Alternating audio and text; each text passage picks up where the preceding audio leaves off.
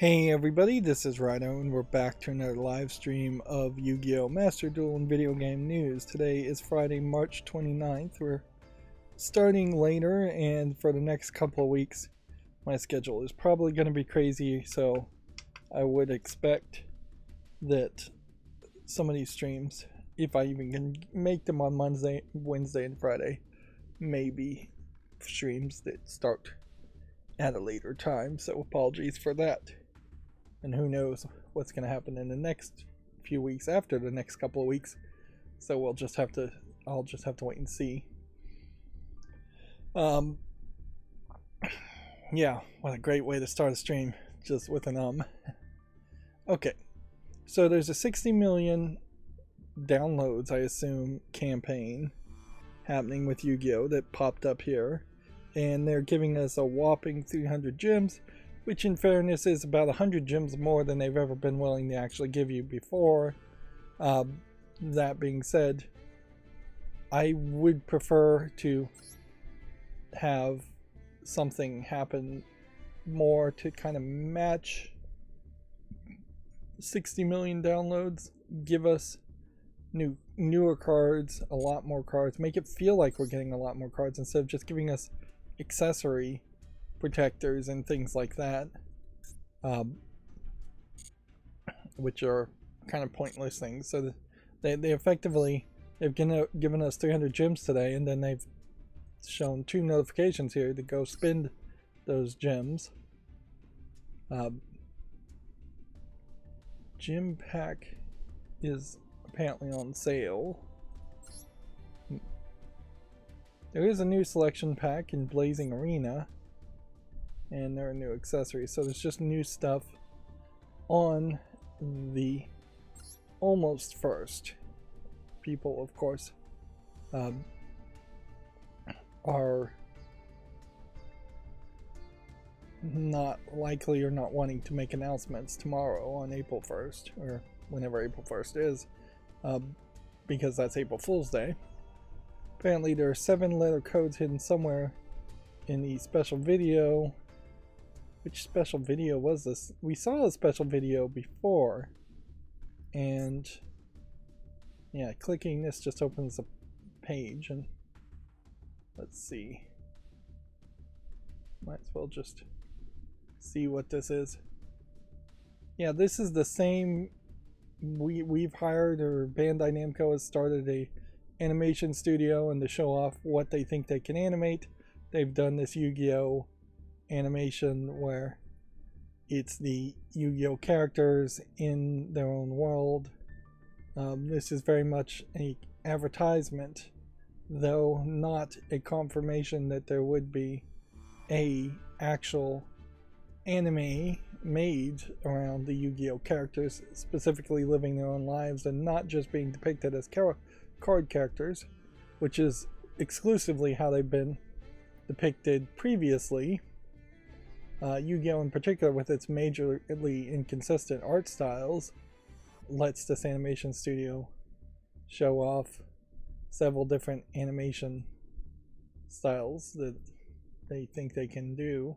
Of course, making a small little clip is not the thing, and I feel like I typed in all of the codes, although I felt like it was, yeah, there were 2 7-letter codes. Yeah, I typed in both of the 2 7-letter codes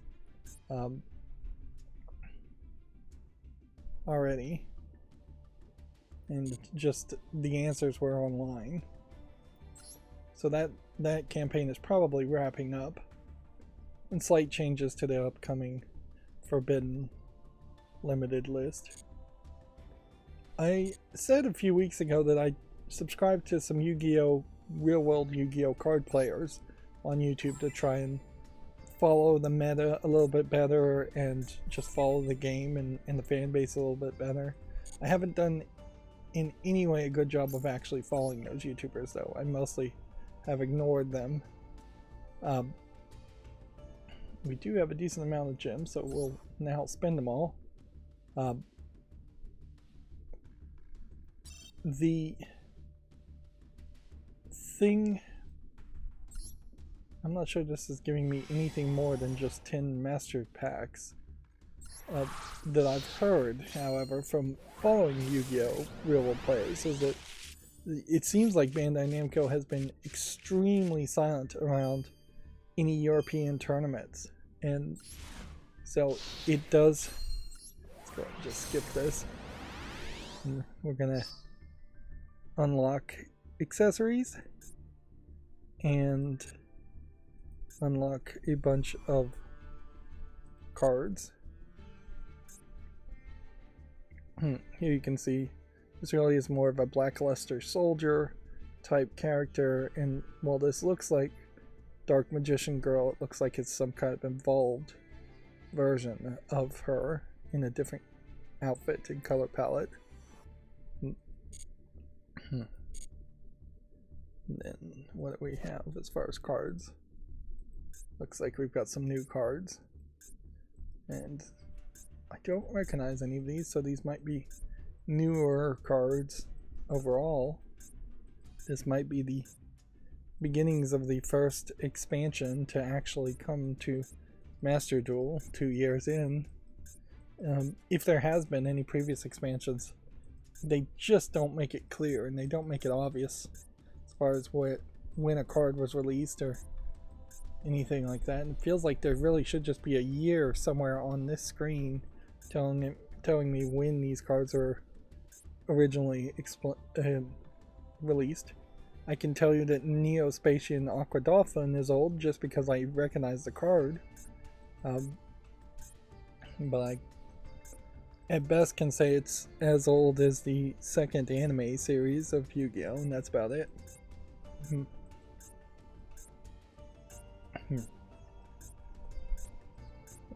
yeah. I opened quite a few cards, so there's quite a few cards here.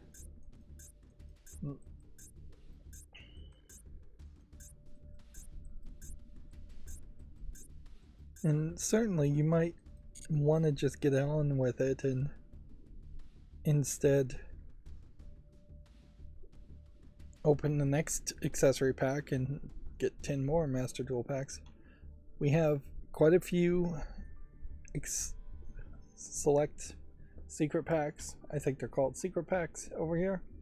Yeah, secret card packs that we've unlocked for 24 hours. We'll probably not do anything with that unless we just have a ton of extra gems, which we'll see. I mean, if you're opening 2 things, then they're going to immediately reduce it down by 2,000. That's quite a lot. Whoops. Again, click on the accessories.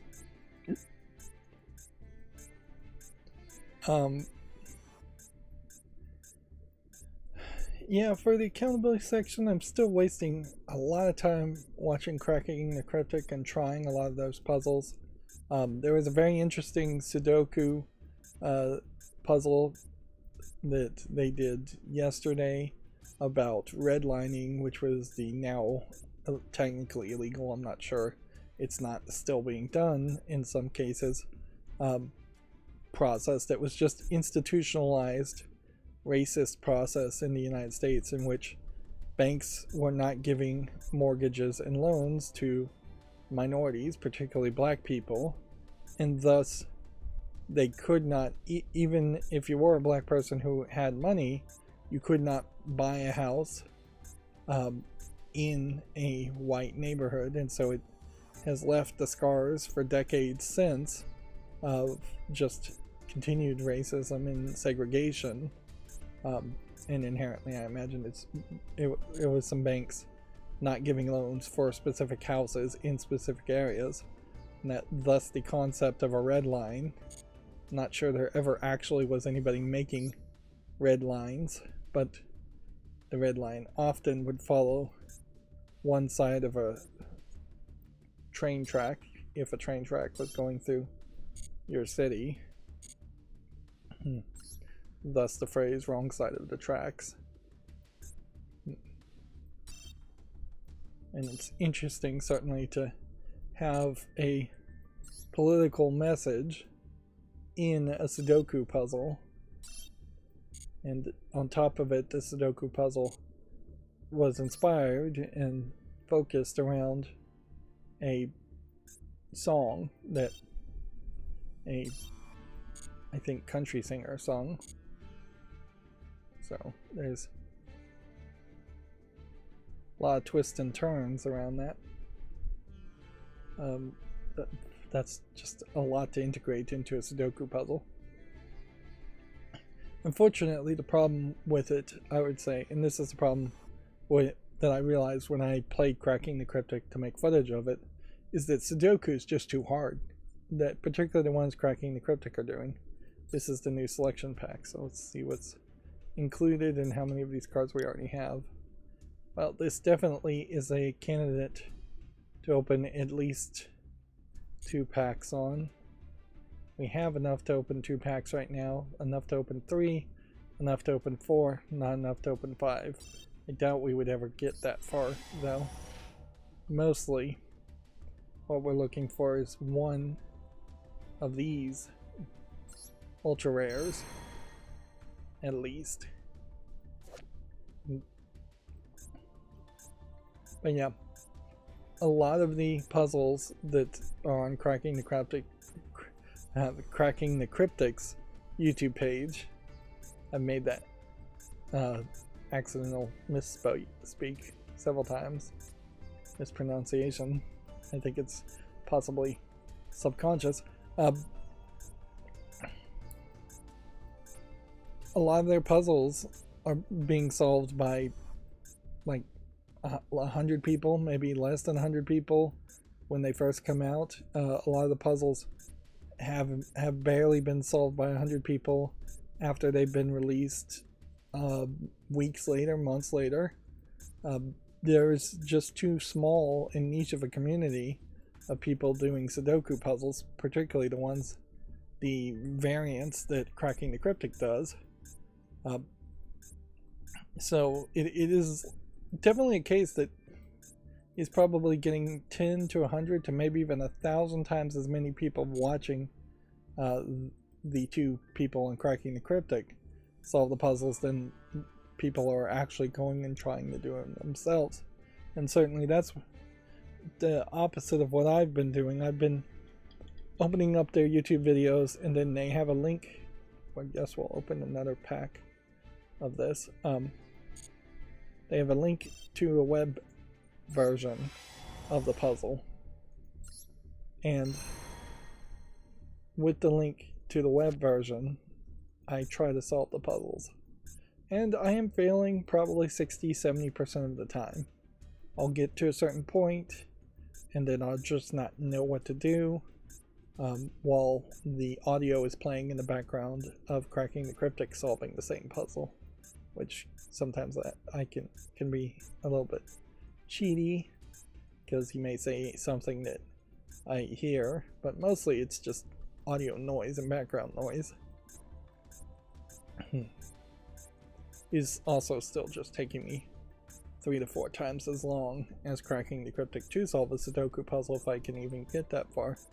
But if I am going to enjoy Sudokus with the kind that Cracking the Cryptic do the very, very much world championship level difficulty, you have to start somewhere, and I think trying and then hitting a point and then giving up and then learning from Cracking the Cryptic what the solution was is a good way of getting better at Sudoku puzzles.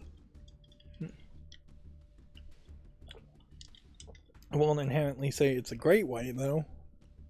It would make a lot more sense for there to be a video game with some interactive tutorials and a much better system to onboard people to doing just kind of basic Sudoku puzzles. It's kind of crazy if somebody wanted to get into Sudoku to have them try a Sudoku variant that Cracking the Cryptic is solving. They really should just be doing a very basic Sudoku puzzle for at least 50 to 100 times to really lock in the basic solving patterns and concepts. Now do I want to open another 10-pack here? I already have a decent amount of extras for all the rares and normals. We have a decent amount of super rares, but not all of them. And you're just not really going to get all the ultra rares. I think this is a good point to stop. And then that leaves me at 2,800.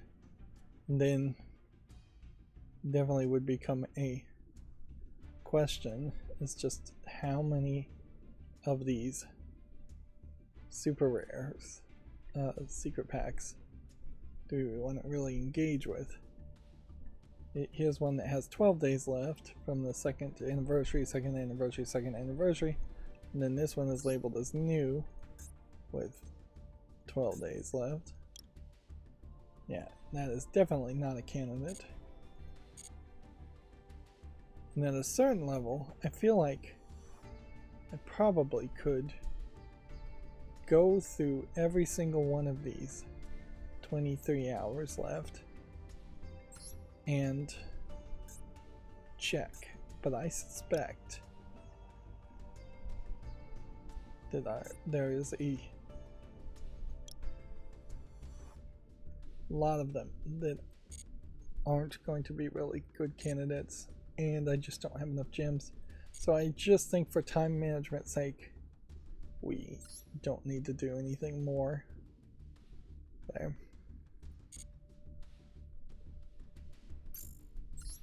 And there's nothing else happening, so we'll just play ranked.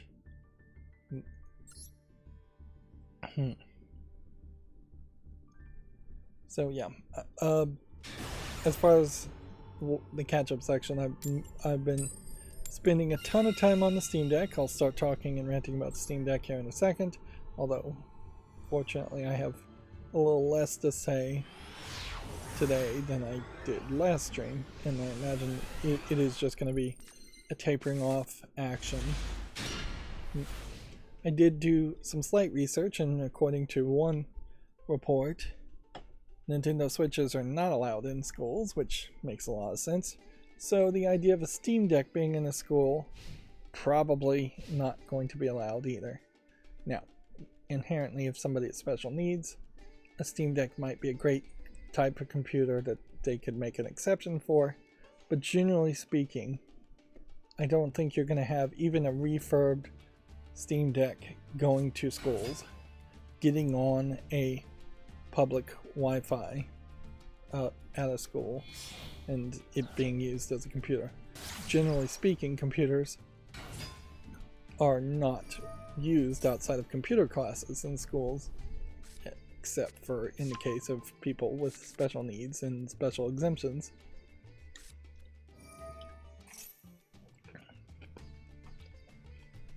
Which at a certain level, that is not the future that was often speculated on and assumed.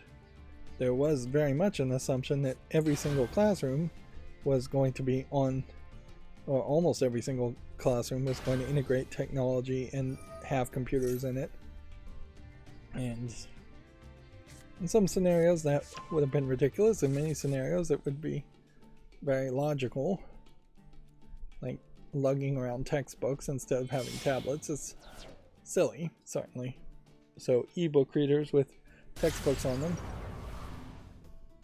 make some sense in my mind, but they are probably more expensive too than printing a print book.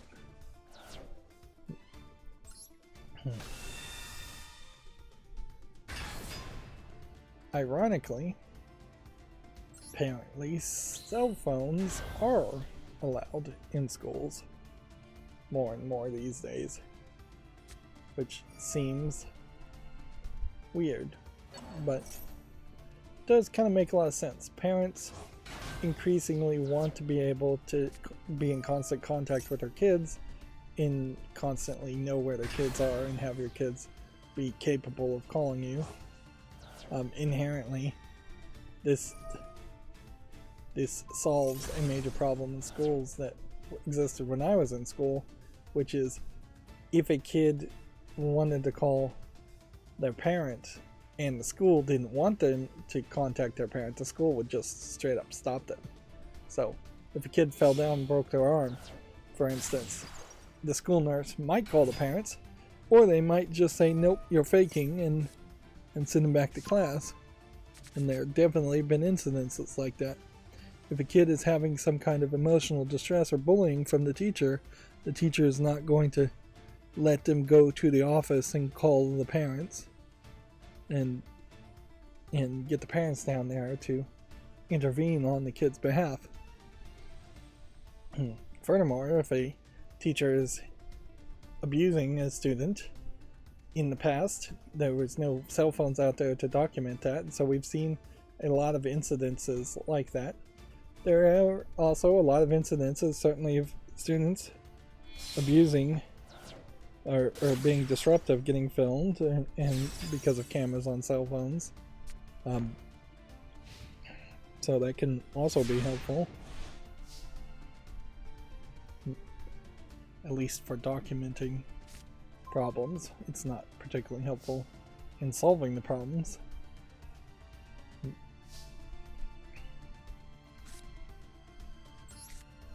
But yeah, I wouldn't have really thought that schools would have been so gung-ho about having phones, cell phones. I guess they probably just don't care about cheating that much either, since effectively schools are getting, often in the United States, schools are getting better funding the better their students do on at least standardized tests.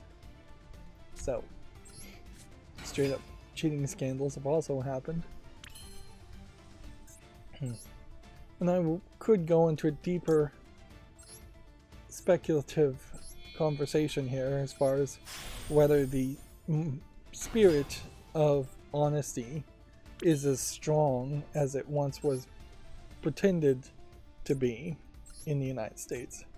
The truth is, like most people in most countries, cheating has always been a thing. Whether you're cheating on taxes, whether you're cheating on school work, whether you're cheating in economics by having slavery or piracy, or just otherwise not playing on a fair playground set of rules, by a fair set of rules.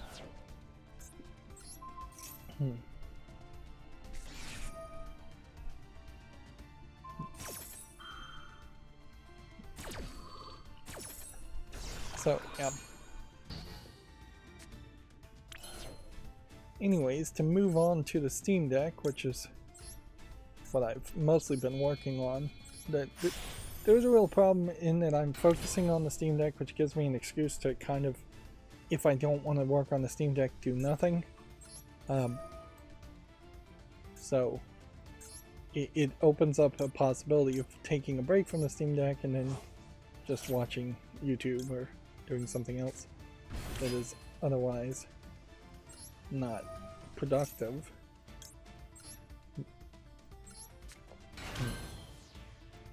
But yeah, in an effort to have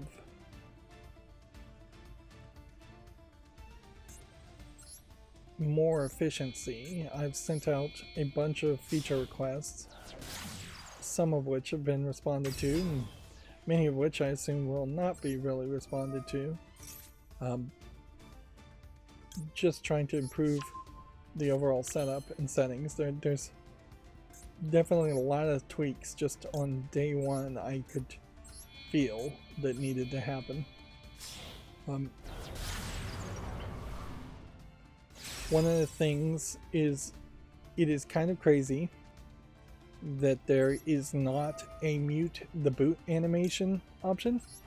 So inherently you have this situation where any boot animation you get from the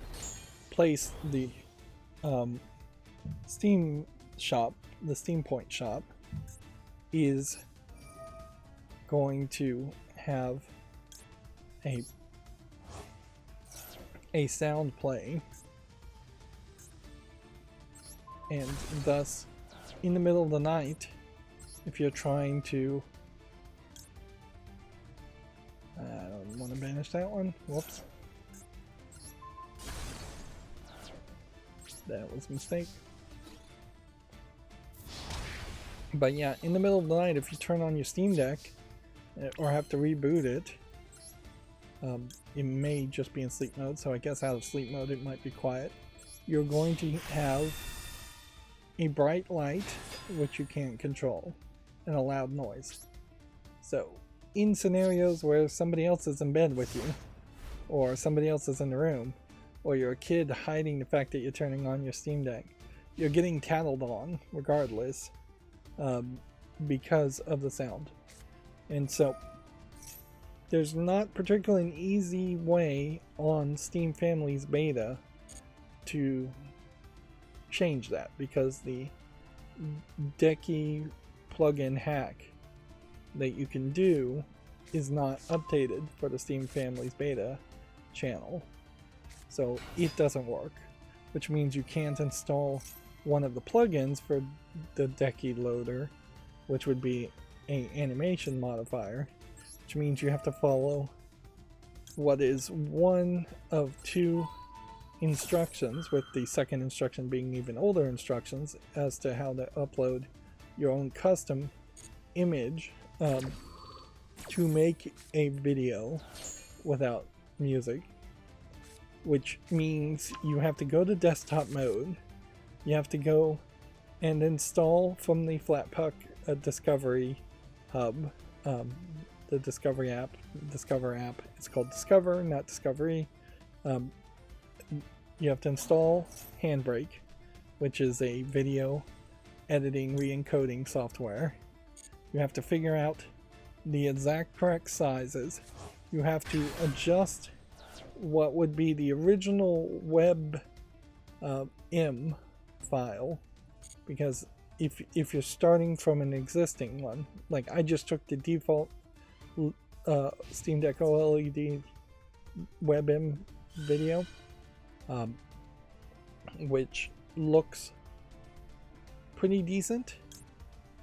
You have to then scale it up from its original 300, I think it's actually 450 pixels by 450 pixels. You have to scale it up to the resolution of the screen on the Steam Deck OLED, and I think this is probably the same resolution on the other Steam Decks, to 1280 by 800. But you have to scale it up in a certain way so that it is not actually scaling up as much as it is just adding black borders on the edge to keep the loading animation the same. Otherwise it's going to look too big and too pixely. And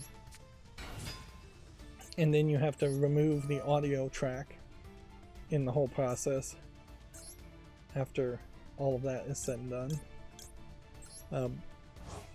It is just too complicated a process, when totally the right answer is to just have a button that would flip the button into a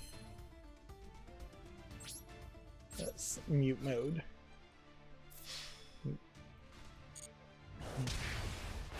Now I can almost give an excuse for the brightness settings, and there's only two ways you really can do that, because you're loading in these animations very early before you would read any settings.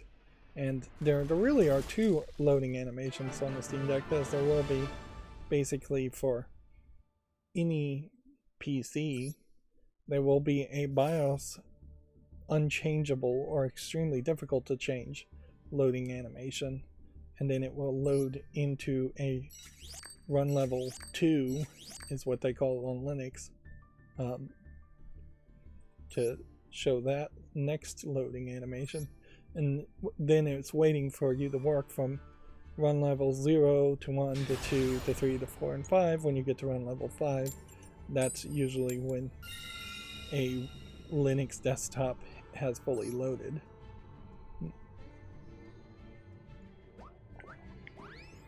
But if that is the case, then the brightness should just be set to a default in the BIOS always.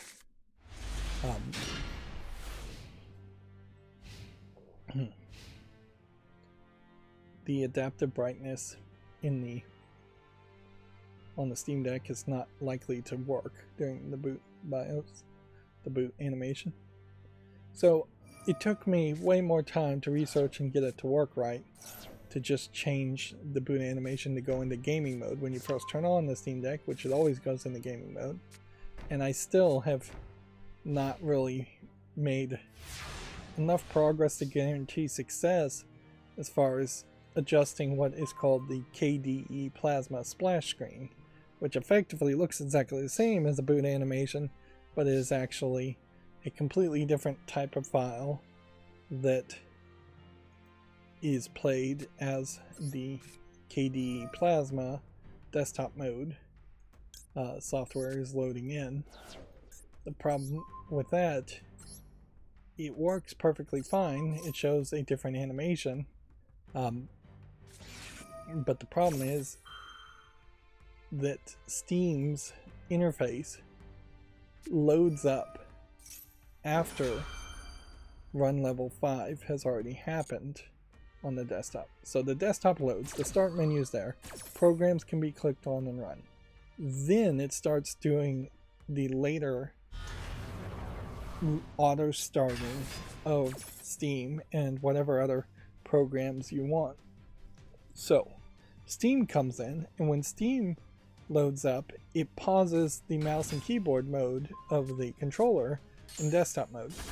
So you'll get a nice, it really only, for me, takes maybe a second or two to get to desktop mode. It feels very snappy and fast, with the loading animation probably hiding the true time there somewhat.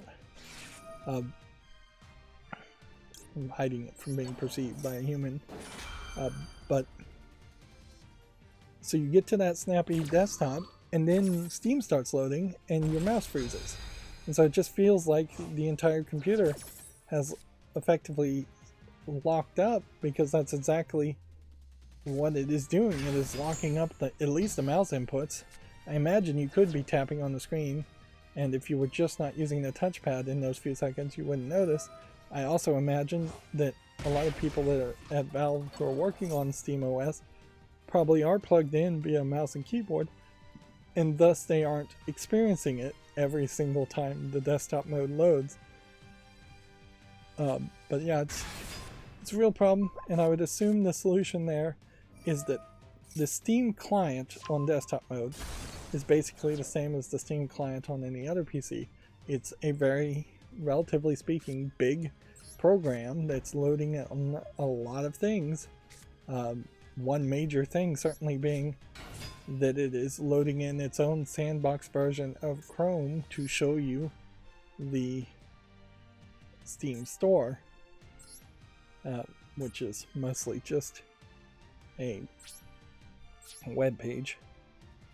At least a lot of the pages you see are web pages.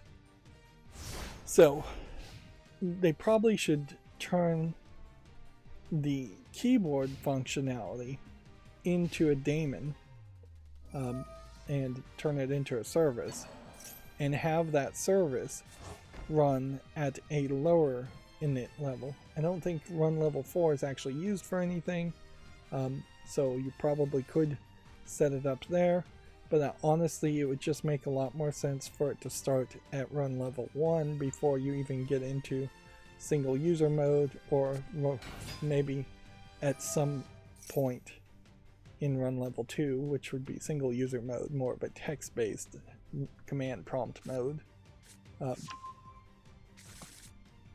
And inherently there are about 3 different Linux services for how services go, and depending on which one Arch Linux and KDE is using, I think they're using init.rc as their daemon service. But all of them are pretty well designed in ways that they either determine correctly what needs to start first before something else, or they can be labeled correctly to tell the services which service needs to start for it first. And it definitely would make a lot of sense to have a command line daemon service running for the keyboard, separating it out from the rest of the client mode, because you are just doing something completely different there. And it certainly makes a lot more sense that you could close the Steam client on desktop mode if you felt like that was unnecessary, or that was going to save you some RAM or speed on your computer. And that's just not really how they have it set up.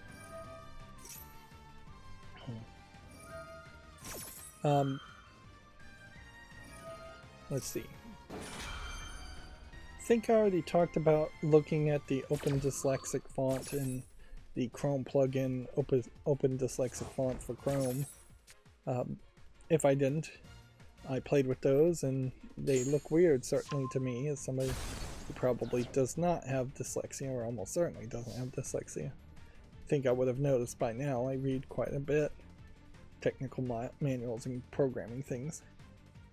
I don't do a lot of creative reading. So, yeah, I played with that. And I played a little bit with OBS.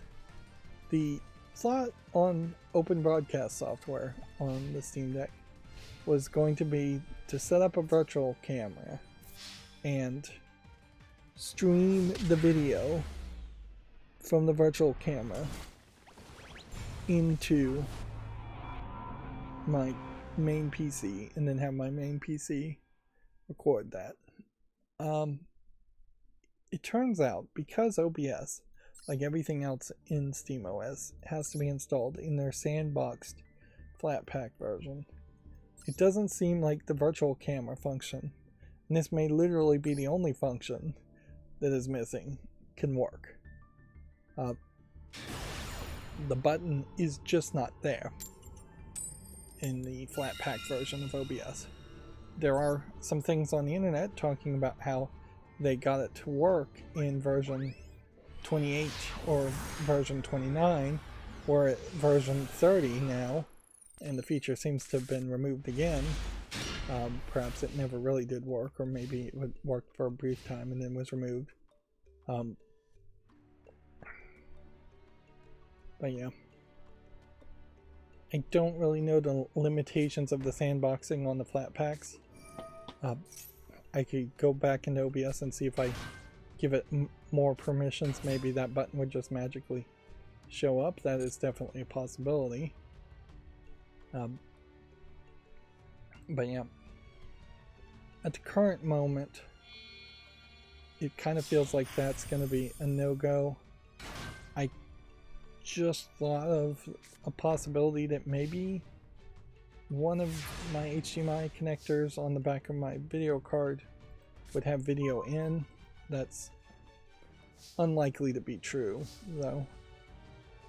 Yeah, I would say there's almost a 0% chance that I could plug in a USB-C hub to my Steam Deck and then have that USB-C hub convert to an HDMI out from the Steam Deck to an HDMI in on my computer to play games. And even if that did work, then you're just going to need a long HDMI cord, because I would effectively be just playing it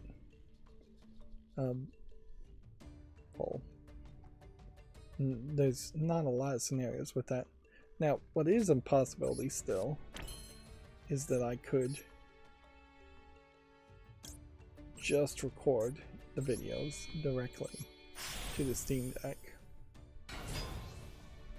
But I don't know how many of those I'd really even do.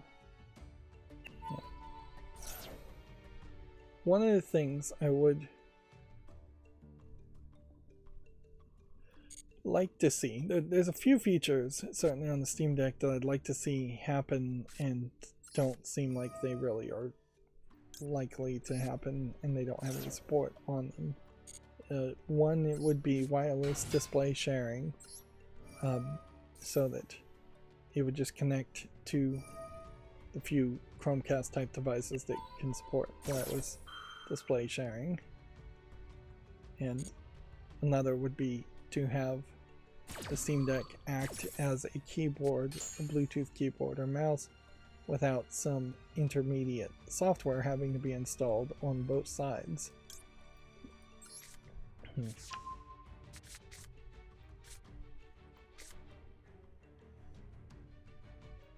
Let's see, I guess we're just in the turn there. There are undoubtedly still a lot of setups and settings here. Just even things like VLC are not really set up the way I like them to be set up, particularly when you're considering it's a small screen.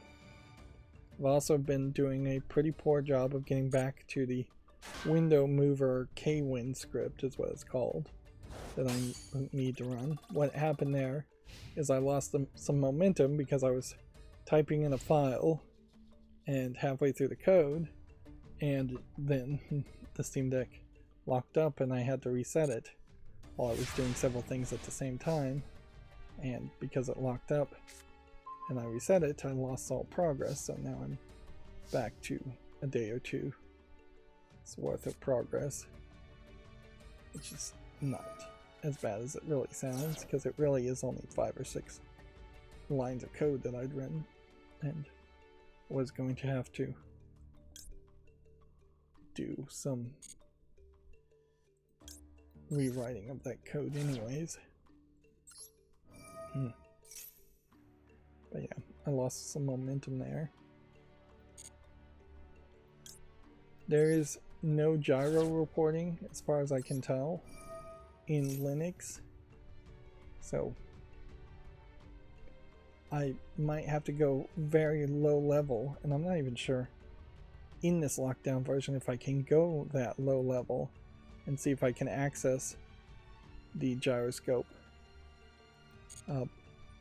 information via Linux. And even if I could go very low level, I'm not sure the best way it is to make a program, because this almost would have to be its own program to rotate the screen on the desktop mode if you rotated the Steam Deck. And inherently that's a physical flaw that is very noticeable. The controllers on the sides really do highlight a weirdness in how incompatible the Steam Deck is if you rotate it at 90 degrees.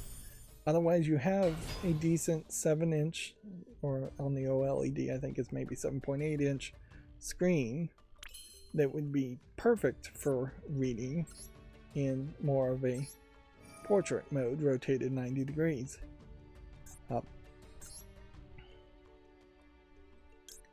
But with no gyro support in any of the applications, and no way for you to just rotate the desktop by default, it is certainly just not a thought that I think KDE Plasma has ever thought, because they're expecting you to plug in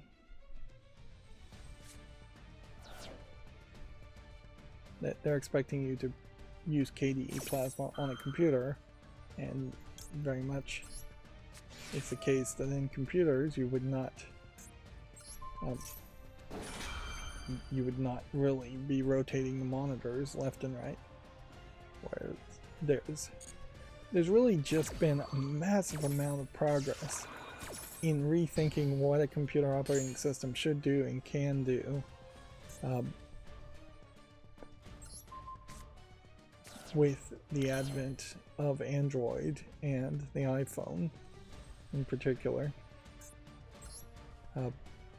there's just kind of a miles of difference there.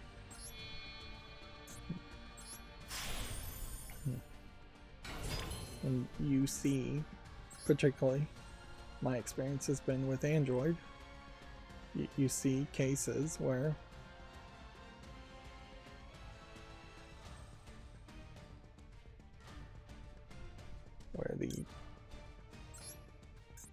rotating screens have been very much a solved problem, where the keyboard popping up and moving the screens around is very much a solved problem.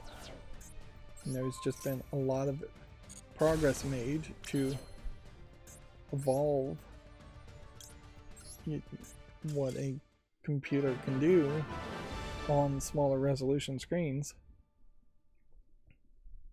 Whereas even if the monitors haven't gotten particularly bigger on computers, the resolution on computers on monitors has gotten extremely big, which has led to a lot of laziness for just desktop user interface reasons on Windows.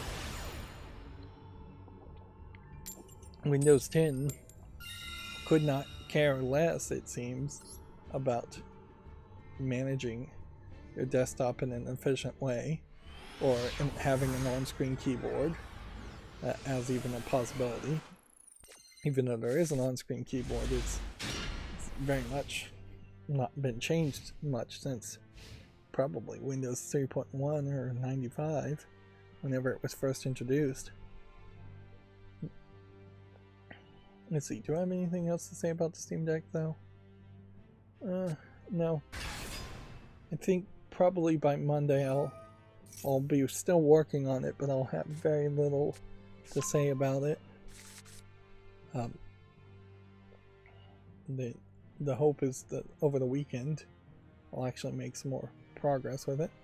I was able to connect to a unsecure public Wi-Fi and connect to my VPN Wireshark to connect back to my house for a little bit more security. So on some levels that works, but getting it to automatically work is questionable, because this public Wi-Fi is one of those ones where you have to agree to terms before you can do anything else. And if I'm trying to connect to my VPN automatically, that may very well block the agreed to terms traffic. So yeah.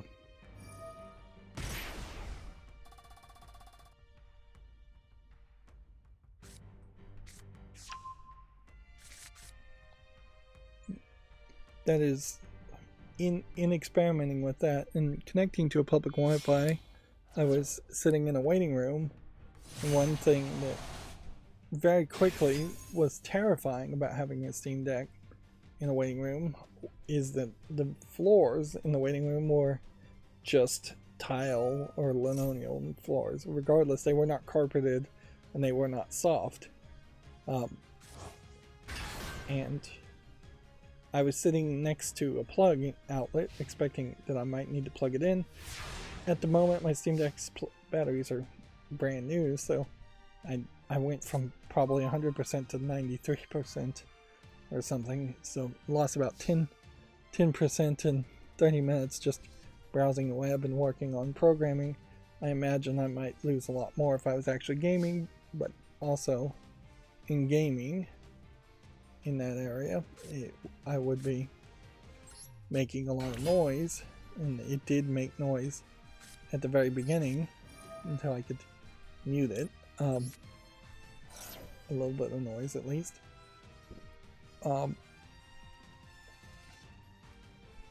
Which, yeah, I find that a particular pet peeve of mine, I guess, is annoying things. But yeah, overall terrifying though to be sitting on using a Steam Deck, sitting in a chair, leaning kind of forward to read sometimes, leaning a little bit back. The chair is definitely not a recliner or a bed. Most of the time I've used my Steam Deck lying on a bed, and the Steam Deck has just been resting on my chest. Or gut, whatever, stomach, whatever. But yeah, lying in bed, having it rest on yourself is very safe and secure. My only real concern at the moment in my house using the Steam Deck is that I would either spill water on it, which is a decent chance that might happen, so I have to be careful about that. Or that I would bounce it off the edge of my bed and then hit my carpeted floor, which that has happened with my phone many times.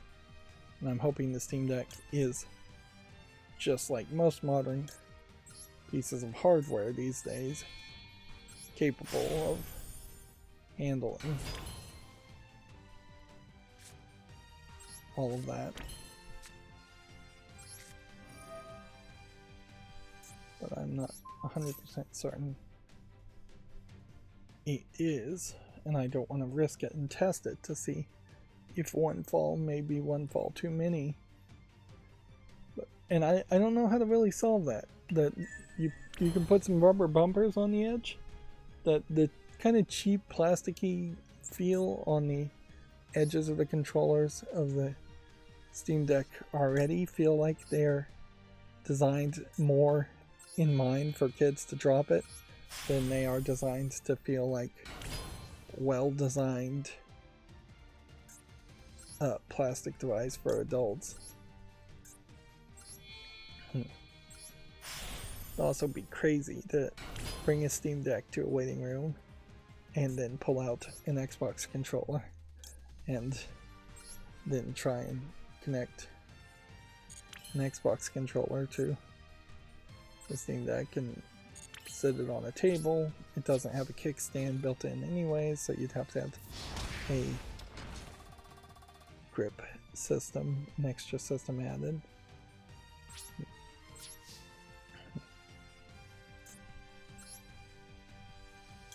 So yeah, I could see maybe I should just get some rubber bumpers. Now the good news, I guess, is there's a very low chance, still a chance, that you would hit the screen if you dropped a Steam Deck. Because if it was going to fall, there's a high chance it's going to hit the grips on the side, just the plastic grips and nothing else. Hitting probably the back part of the Steam Deck and the grips there. If you flipped it over and it fell flat on its face, there's a high chance that the analog sticks that stick up would protect the screen from ever coming into contact with the surface, or it would hit even at an angle because of the analog sticks and then hit the bottom bezel instead of the actual screen. There's always that 1 in a million that if there was a nail sticking up on the ground and you dropped your Steam Deck directly on that nail pointing up, it would hit that screen. Hit the screen in that case, but that's a little bit too unique a scenario to actually be concerned about. But yeah, extra rubber grips on the edges would just give you extra bounce and extra rubber things.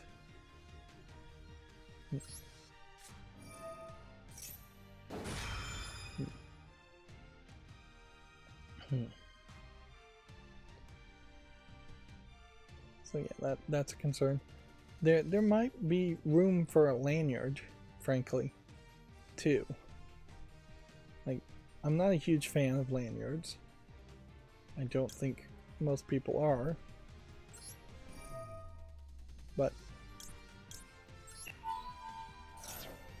in this case, having a lanyard on one hand and then it dropping and it swinging might be useful.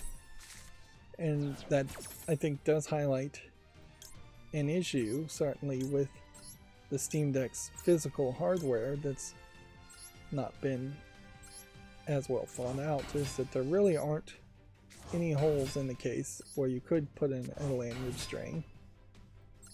So you're going to need to see if somebody's invented anything with a lanyard string on it.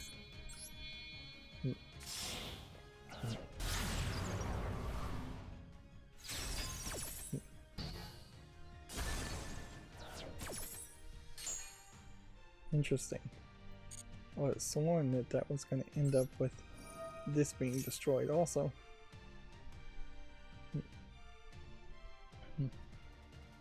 I'd also say that the bottom part of the Steam Deck gets a little too warm for my preference. I would like to see that area be more of a less cooled section, and more of the back plate probably be cooled more.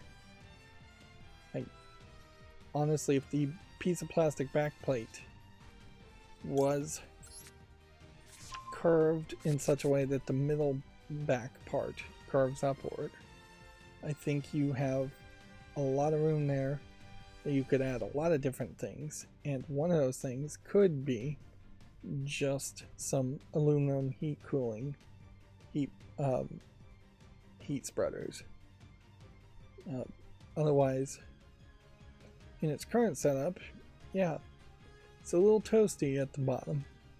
It's nowhere as hot as far as the fan blowing out hot air at the top, but yeah, there is some circuitry right on the bottom line.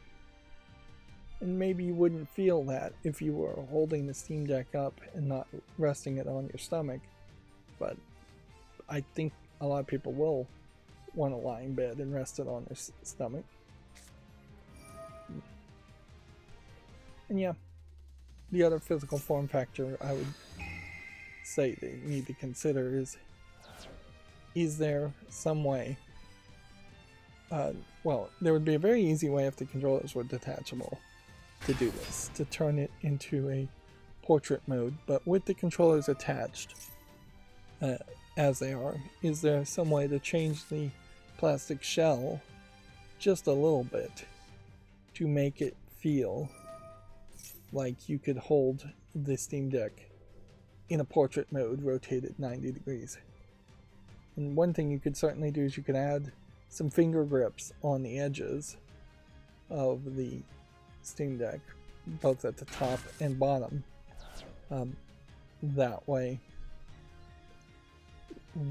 if you did hold it that way, it would just feel like this is an intended way to hold the Steam Deck.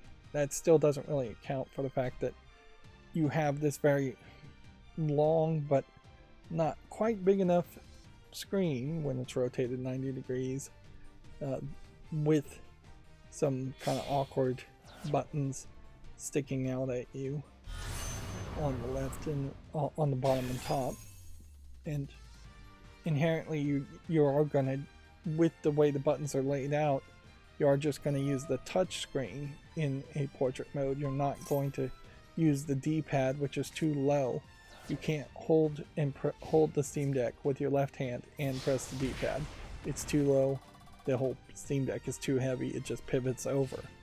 You have to hold this Steam Deck, if you're going to hold it in a portrait mode, rotated in the middle, more in the middle, to just balance it.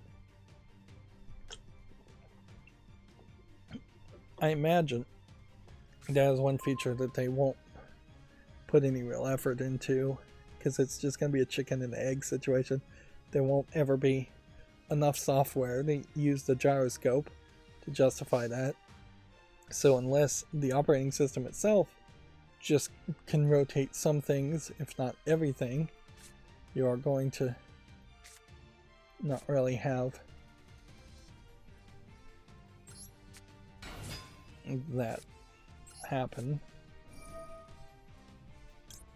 You're not really going to have any support for it.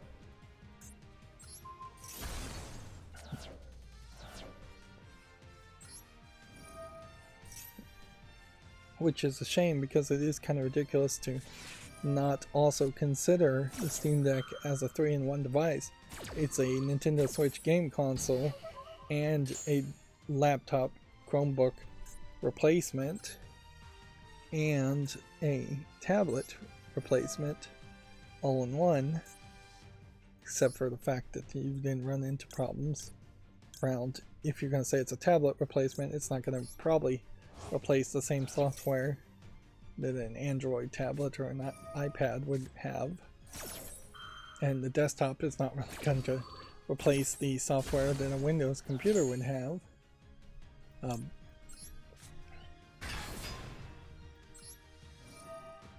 as far as a Nintendo Switch replacement, it's not going to have the same software as what a Nintendo Switch would have, so you run into that exact same problem in that it is just not going to be a like-for-like comparison. Steam Deck is going to very much be its own thing. On the other hand, the Steam Deck is probably a great secondary gaming console for a family. If you already have Nintendo Switches, if you already have bought a bunch of Nintendo games and played them all, if the enthusiasm is waning because of that reasons, or for some other reason, the Steam Deck is the next evolution, certainly, of bringing in something very different. I guess when I do this card, I should always bring in the extra cards to the graveyard, because my other character, like, needs extra cards, doesn't it?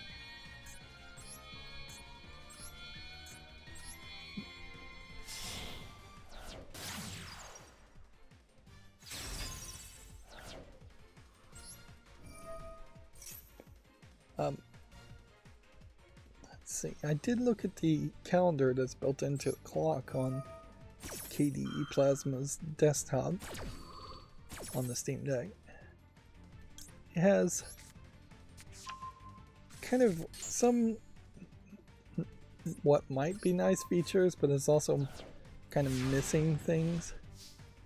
Like, inherently, I don't think I can suggest that people install something like Thunderbird, or I don't even know if Thunderbird is the right software, to connect to a Google Web Calendar to synchronize things there into an app, in the same way that I can't really recommend people install Thunderbird to use a Gmail account and get email on the Steam Deck. I think it makes a lot more sense to just have Chrome or Chromium installed and then use the web versions of those apps and save yourself the space, unless you are just getting emails left and right, which I don't know how many people are really doing that these days. I probably looked at some other things also, but they very much probably slipped my mind, and just little tweaks and tests. I went through a bunch of the services that I think aren't actually being used and disabled them just to see if that would speed up the boot speed any, although it's kind of hard to tell really if anything would speed up the boot speed. It's not particularly slow anyways, if you're considering just how long Windows 10 might take to boot up. I think the Steam Deck is fairly great, although the Steam Deck may be cheating a little bit because it boots into gaming mode and then you're booting a second time into desktop mode. But yeah, there's just a lot of software I'm installing and playing with. And I'll leave it at that since we're an hour in and we already started late. Let's see. Make sure I'm seeing all the chat here.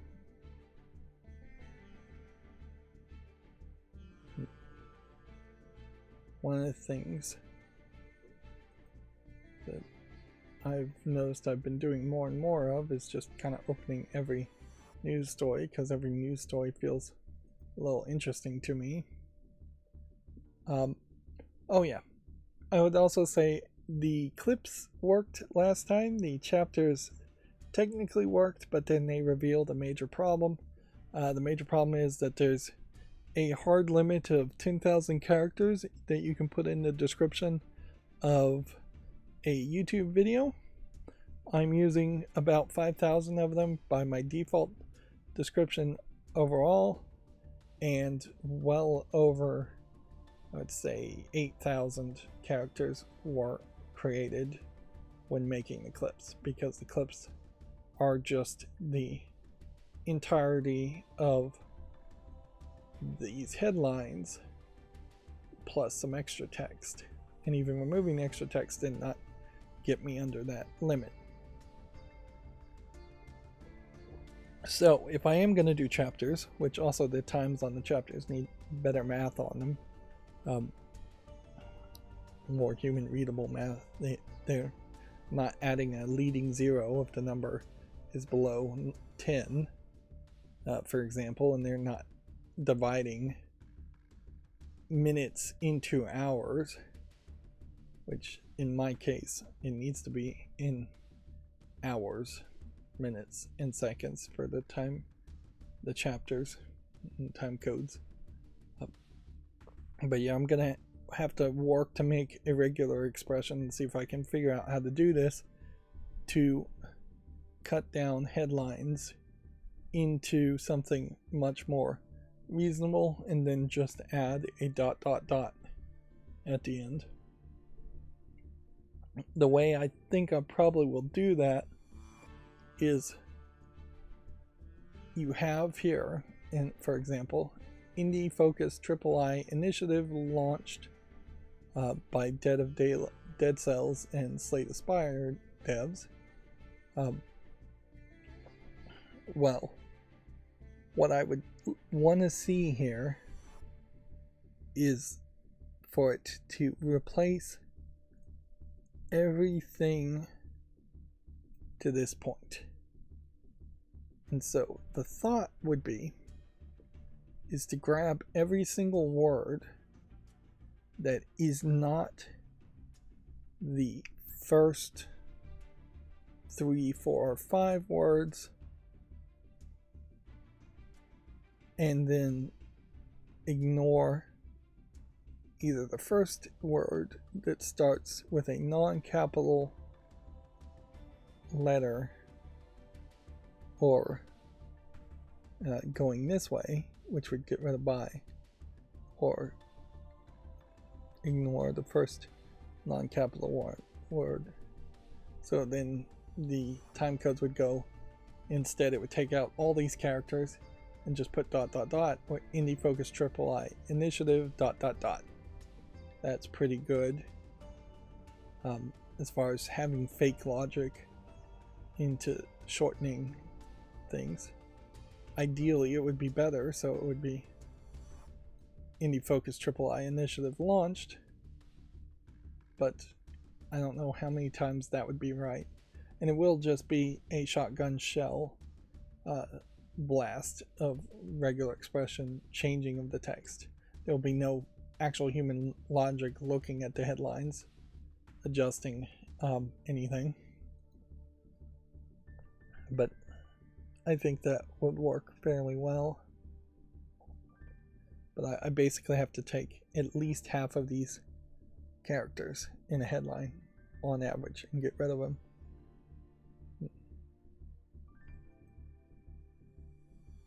Let's see. And you could certainly do it more. You could have a selection of words like the, when, where, maybe launches. You could have a large collection of words specifically that you would want to break the headline into.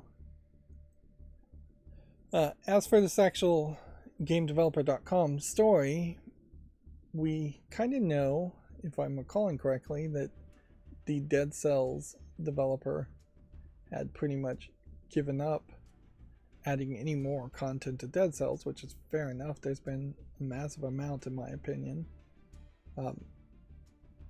The only question, I guess, here is that it's just going to be, are we expecting anything hugely great from these developers, or should we give them a break and let them just develop an indie game and hope it's good instead of expect it to be the best thing ever? Although inherently they are setting themselves up for failure with this III initiative nonsense, which is a phrase that really needs to go away very quickly. Let's see. Gearbox has a lot of news. First, they have on their Gearbox official from 4 hours ago they're celebrating Borderlands 2, 25 years of entertainment, which I'm not sure the Borderlands 2 was really 25 years ago. Nope, it was in 2012. That is really only 12 years ago, but Gearbox overall. The other thing they're retweeting quite a bit, though, is that Gearbox has been sold away from the Embracer Group and purchased by Take-Two Interactive, part of the 2K family. So, if I would understand this, I suspect 2K is the parent company, Take-Two is a subsidiary, and now Gearbox is a subsidiary of a subsidiary. Inherently, this makes a lot of sense. It makes more sense that Gearbox would have been acquired by 2K in the first place, and I can only assume that 2K has just gotten maybe a deal here by buying it for, I believe it was $450 million was the rumor, at least. Whereas I wouldn't be surprised if Randy Pitchford wanted a lot more originally. Randy Pitchford was still around and technically still in charge, although he was making himself very scarce during the short time that Embracer Group owned Gearbox. I wouldn't be surprised if he is no longer going to really be in charge, but he may just be still around as a figurehead. The Borderlands movie still is coming out, and it just does make a lot of sense that that 2K would acquire Gearbox, because 2K still wants Borderlands games to be made. And this creates a weird situation in particular. Here's Marcus, I believe is his name, in the Borderlands series. Marcus being depicted in live action form. Firehawk in the background there. This will almost certainly be the very first scene of the movie, because that's the very first scene of Borderlands 1. And yeah, they don't really have too much new to say otherwise. Like, it's a weird situation, I wanted to say, though, because Gearbox was already kind of doomed to make Borderlands games for the rest of their life. They've not been able to break out of that. The Frisco, Texas Gearbox, the original Gearbox in particular, I think is specifically doomed that way, where the other, I believe it's 2 new offices that Gearbox opened, are probably doomed in a very different way, in which they're just going to be massive layoffs and they're going to be shuttered, or they're going to become support companies, which, yeah. The truth is that there just doesn't feel like there's ever been a lot of opportunity that Gearbox has had, and perhaps that's in part because Gearbox really can only make Borderlands style games and nothing else. But yeah, they really haven't been able to succeed in making any kind of different game. So, as an independent company, which they once were, they were kind of doomed to make Borderlands games forever. And now, as a subsidiary of 2K, they're probably doomed to make Borderlands games forever, at least until Borderlands doesn't sell enough, and then Gearbox just gets shuttered. There is, I guess, a small possibility that they would just become a support group for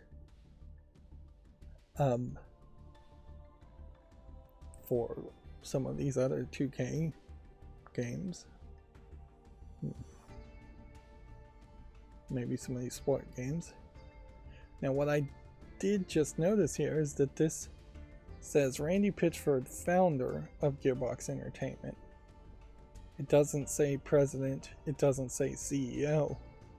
So Randy Pitchford may very well be out. Finally, let's see if we can go to his... I don't recall him having that much hair.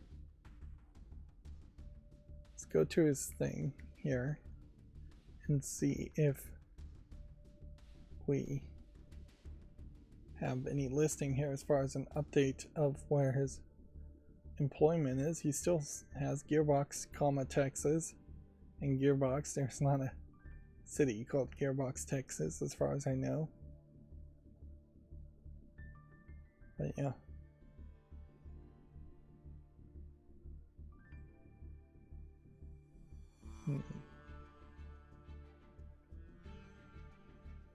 Yeah, I don't think we're gonna get a default update here from his personal Twitter as far as just whether or not he still is in any way a even figurehead of Gearbox, or if he has been quietly ousted, which I'm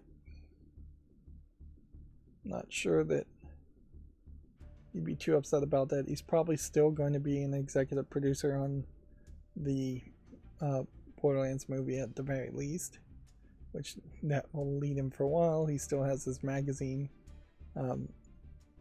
his Magic Focus, not magazine, although this is a magazine too. So he could certainly keep himself busy doing other things. Let's see, moving on. Capcom is apparently seeking feedback on a potential Dragon's Dogma 2 DLC. Players asked what additional content they'd like to see and how much they'd be willing to pay for it. I think when you have a game that's already being rated extremely negatively for microtransactions, the last thing you should be doing is running surveys and asking about DLC and things that would cost more. Like, I wouldn't be surprised if this is a case where Capcom has just abandoned Dragon's Dogma and is going to try and gouge their early audience as quickly as possible, and then just never speak of Dragon's Dogma as a series again. And I think it was Capcom that also did a very similar thing with the most recent Final Fantasy game. Final Fantasy 16, I believe, just had a lot of negative reception, I think in part because of microtransactions and price gouging and just not really having a great looking game.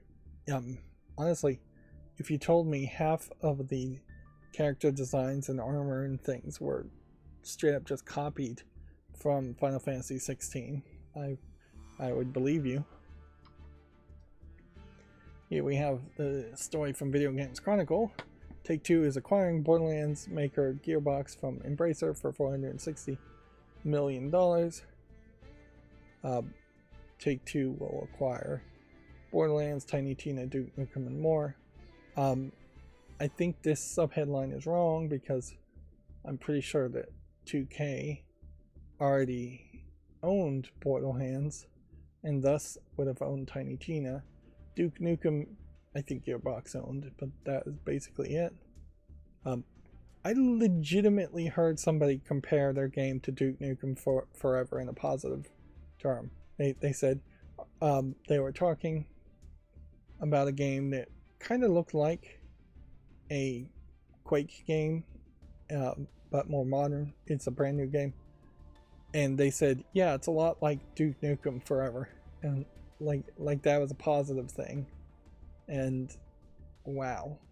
Obviously, this was just some hired person to make references, but to speak the phrase Duke Nukem Forever, to not be trained to never say the word Duke Nukem Forever, is just bad preparation and bad training. Nobody should be saying the word Duke Nukem Forever in the same breath as their game, let alone even reminding them that one of the most expensive waste of money as far as game development ever exists in Duke Nukem Forever.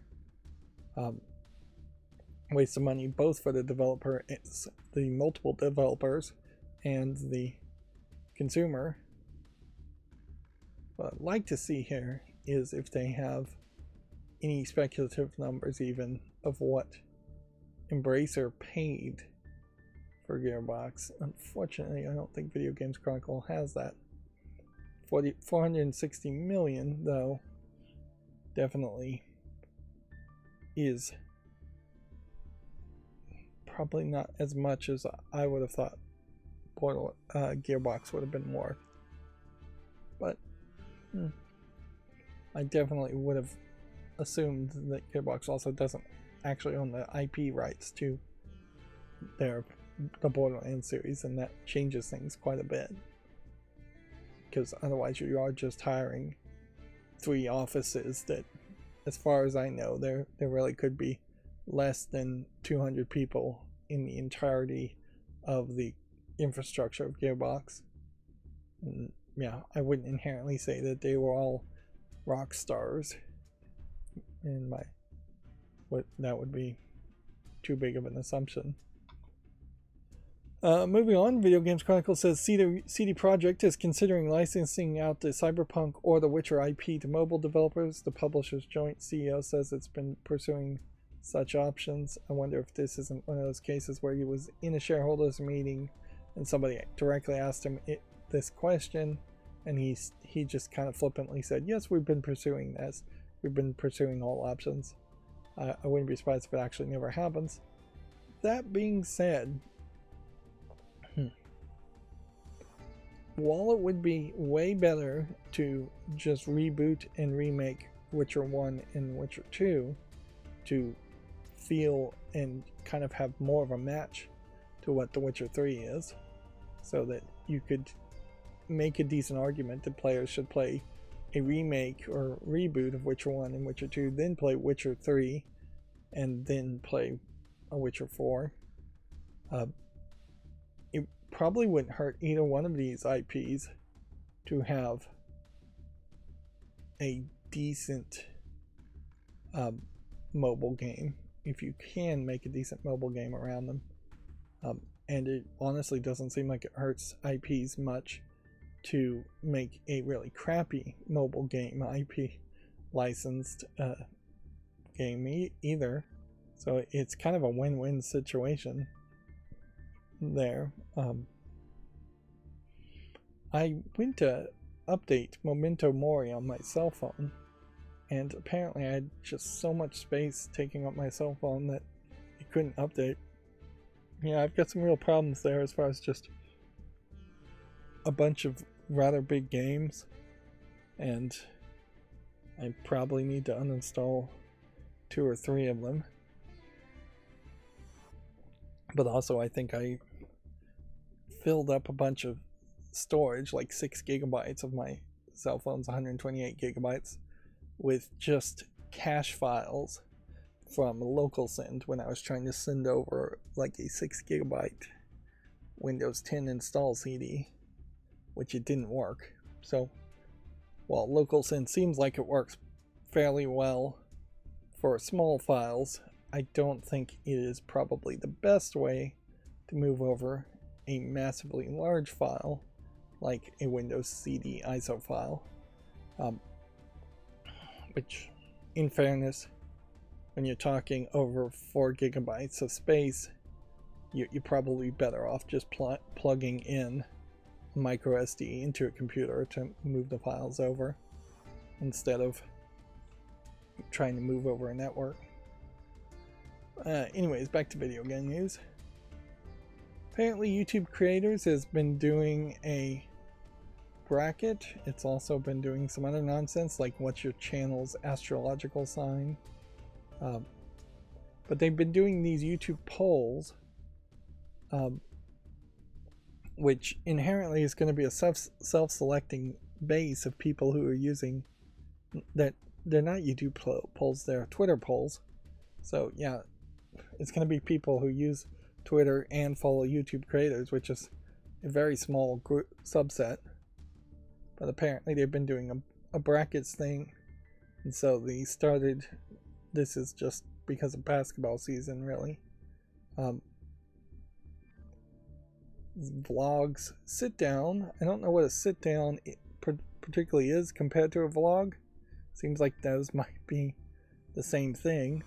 GRWM shorts. I don't know what that stands for. Gaming rewind moments, maybe? I have no idea what that even is. Versus let's plays. How-tos versus challenges, which those are different things. And then unboxing versus reaction. So yeah, not knowing what a GRWM short is supposed to be, I guess I'm happy to see Let's Plays win, but I would heavily suspect, and maybe this is just a persecution complex as far as a video game content creator, but I would heavily suspect vlogs are going to win next, and then unboxings are going to win next, and then it probably would be vlogs all the way. And I have no idea what the other brackets would be even about. Of course, this is also just total nonsense. It means absolutely nothing. As far as giving any indication of where YouTube might focus more. I'd love to see Let's Plays win, and for YouTube to say, alright, if people love Let's Plays, let's make the product and the algorithm promote Let's Plays more. But I doubt that would happen. They probably would put their thumb on the scales to not promote Let's Plays as much, because they don't want a bunch of gamers to be the exclusive content creators, for fear that Nintendo might take down a ton of videos at some point in the future on YouTube, or other video game companies might DMCA millions of videos of long plays, Let's Plays, or that YouTube would turn into the messy parts of Twitch, which obviously YouTube does not want the same problems Twitch had. I heard that Twitch apparently had a new meta that came in where people were straight up just projecting the video game footage on the boobs and butt of the Twitch dots, which they seem to have cracked down on that.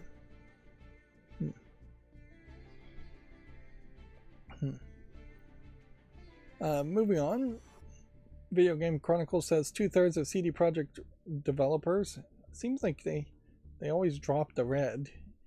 I'm not sure if it is still called CD Projekt Red or if it's just called CD Projekt, or maybe it was always called CD Projekt and red was just for one project. Anyways, 2/3 of the developers are now working on The Witcher 4, reaching its target staff size. So yeah, for CD Projekt, I wouldn't be surprised if it's almost 100% of all the developers would be working on The Witcher 4, because one would assume that they are either very close to being done with Cyberpunk 2077 or they are done with it. Now that doesn't inherently mean that more developers make a better game.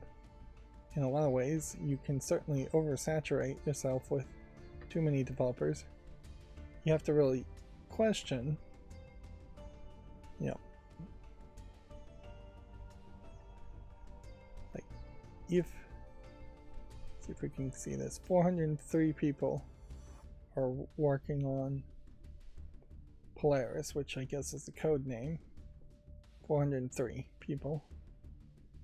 How do you coordinate 403 people working on anything? Like, how in the world do you split that? You have to have, or you would at least think that you would have to have one person in charge overall, and that one person at most could be in charge of maybe 10 people very poorly, and then those 10 people, I guess, could be in charge of 10 people. So that would be about 111 people with a 3-tier ladder group. So multiply all those numbers by 4, have 4 people technically in charge, with maybe one person actually in charge at the top. Have each of those 4 people technically in charge control 10, manage 10 middle managers roughly, and technically none of these would be developers though. No. My calculation would be only right if they had said that 403 employees were working on the game, but they said developers. So that's all the management out. That is just 400 people that need to be managed by somebody else. So there's more than 403. I just don't see how you efficiently do that, because there are physical limitations to how effective you can be with a team that big.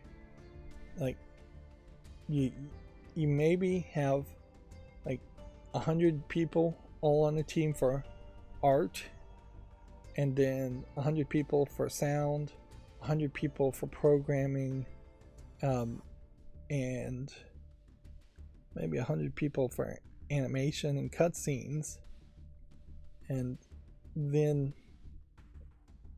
maybe you take the 100 people in art and you split them between environmental art and background art and character art and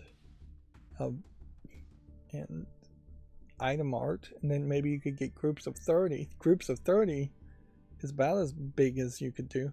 You could get 30 people around the table. You can get 30 people in a meeting room. But anything more than that, you're going crazy and just too large. Which, hearing those numbers, this sounds bloated. This sounds like too many people, too many cooks in the kitchen for games in general. In expectations, I know, are very high for The Witcher 4, but that is a concerningly large amount of people working on any one project. That means there's a concerningly high amount of money being paid into just the salaries of the employees. 400 people, let's say they're getting paid $5,000 a month, which probably getting closer, much higher than that. You're talking maybe $20 million every month, unless I'm off by one.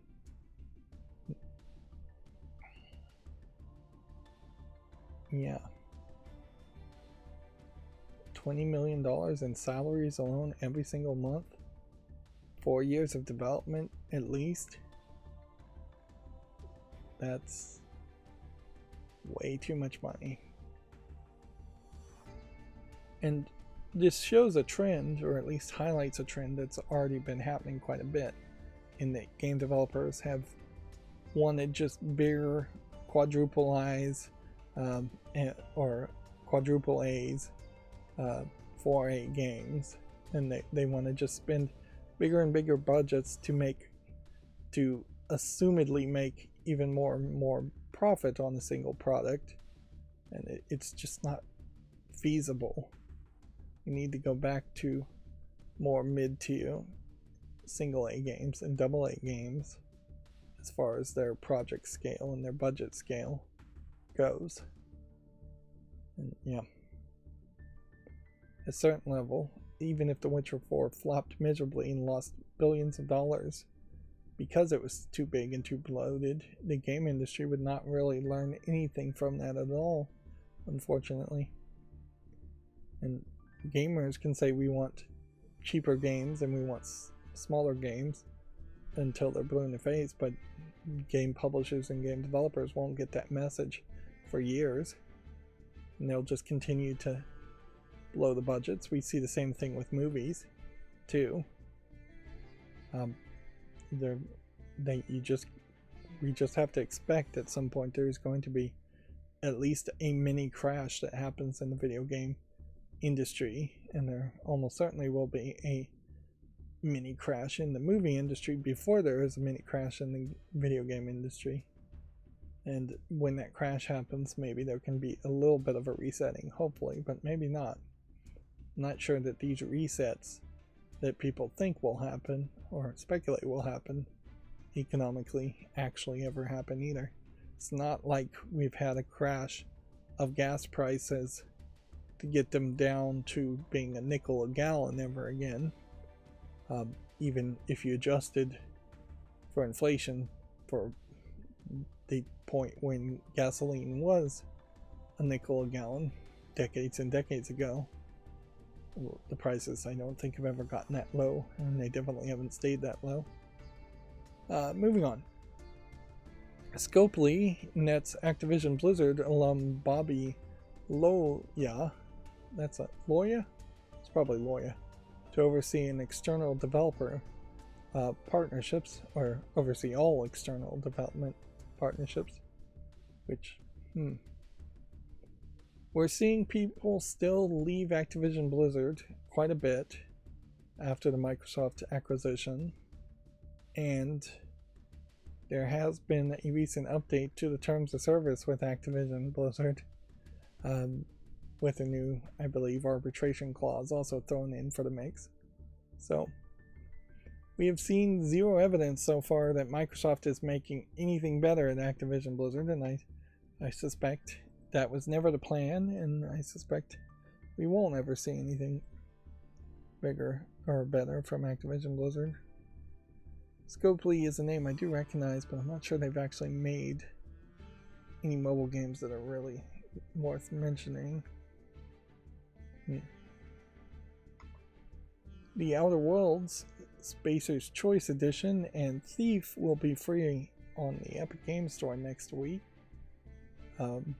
The interesting thing I'd like to hear from this is I've heard a lot of mainstream video game journalists sing the praises of Thief. I own Thief. I've never gotten around to actually playing it.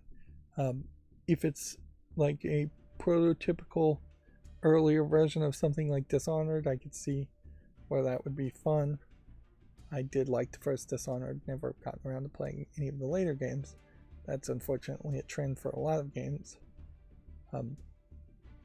But it'll be interesting to see if now that I'm not really following Giant Bomb and listening to too many gaming podcasts, if we see a resurgence of enthusiasm around Thief, or if the nostalgia around Thief either no longer exists or never did exist, or was overblown by video game journalists, which they very well may have just overblown it and talked about. That was a big problem with the Giant Bombcast, is that you would listen to the podcast and you would have the same one or two people sing the praise of the same games over and over again, and it was very easy to think that they were speaking on the behalf of more than those individual people's opinions. And they would also talk bombastically in the way that they often felt like they were speaking for more than themselves. Disney's Speedstorm Season 7 will feature Wreck-It Ralph. What I find most interesting about this headline is that Disney Speedstorm apparently is still existing and has a Season 7 to it.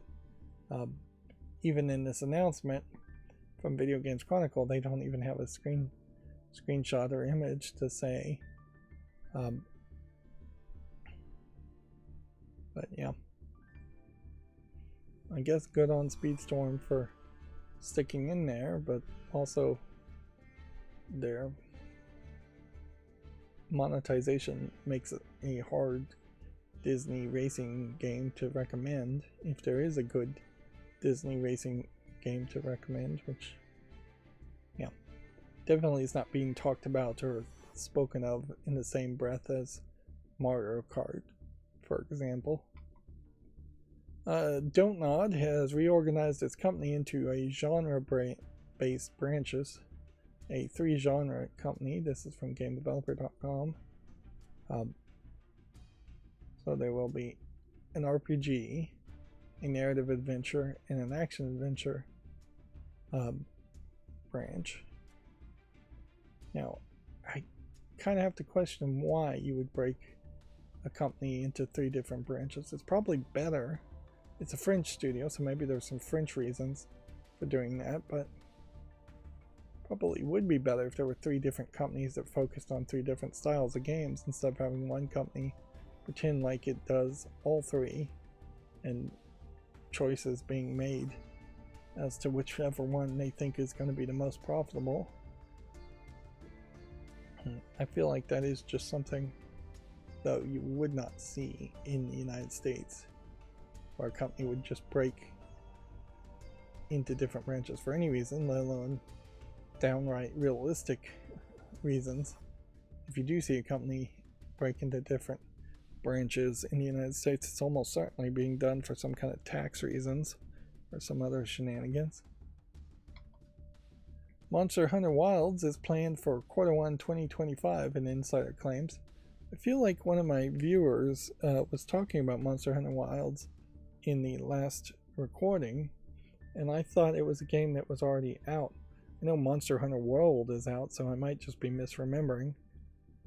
But I also wouldn't be surprised if Monster Hunter Wilds has been announced.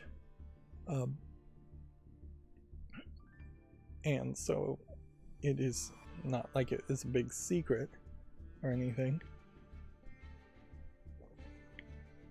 But yeah, they don't have too much to say, I think, at this point for Monster Hunter Wilds. One would assume that it has a decent chance of being as popular, if not more popular, than Monster Hunter World. The Monster Hunter series in particular was not being released to the West until basically Monster Hunter World came out and it became super popular. That being said, I also wouldn't be surprised if some of these spin-off games like Wilds, or some of the sequels, go in slightly different directions and thus just don't have that same level of feeling or seriousness that Monster Hunter World was. Monster Hunter World's color palette was, I think, a lot more brownish and neutral and natural color tones than whatever this bright, colorful monster looks like. This feels more cartoony. Relic is saying that it will continue to support its existing games after being sold off by Sega. With an external investor, Relic will become an independently run studio. Now, Relic, as a company, is the makers of what? They don't say. But yeah, increasingly, we're seeing more and more layoffs, and particularly if you have a Japanese company like Sega, I wouldn't be surprised if they are starting very quickly to lay off and fire foreign workers compared to laying off and firing anybody in the Japanese offices. And in my mind, even though I have no idea off the top of my head what games Relic even worked on, Sega to me is basically a two-trick pony. First trick is it can make Sonic games and license Sonic to Sonic movies, and the second trick is that it can play off of nostalgia for other Sega games and maybe make remakes of those Sega games. And yes, in Japan, I will admit the third trick would be Sega running arcades in Japan, although I'm not sure there actually are any Sega arcades still in business in Japan. I know they shut down at least one of them, and there may really only have been 2 or 3 of them. Very big arcades, but arcades nonetheless. So, yeah, the point I was going to make there is that it does kind of feel like Sega should just focus on being a game developer and a self-publisher, in the sense that they would be a very big indie company making Sonic games and remakes of those games, and really they shouldn't try too much of anything else because they haven't really succeeded with too much of anything else. At least that's from a Western perspective how it feels. And Sega inherently just has a lot of problems with their Sonic games in particular, in that a large percentage, I would say at least half of all Sonic games, are not well received and generally considered to be bad. 2K Here we have another story. 2K has confirmed that the next Borderlands game is in active development. 2K is acquiring the franchise creator Gearbox for $460 million. It's pretty obvious that a Borderlands game will likely always be in development, even if they drastically changed what the game actually was. It's just not a high likelihood that a RPG style game with that bazillions of guns as a first person shooter experience would ever go out of style to the point where it wouldn't still sell well enough. And frankly, I don't think there's much you could even do in the story to kill Borderlands as a concept. Even if you killed off all the characters and wrapped up the entire vault stuff, and then made a new Borderlands game that was not set in the Borderlands and had completely different characters, completely different art style, completely different story and narrative. Even if you did all of that, I think the main thing people like is just the gun and the first person shooting. So as long as you maintain that as a concept, I think that would work still, sell well enough at least. Same story from different sources here. GameDeveloper.com, Embracer selling Borderlands maker Gearbox to Take-Two Interactive for $460 million.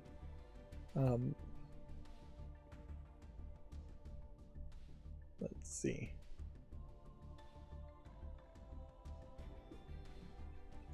Embracer, quote, merged with Gearbox for a day one purchase of $363 million.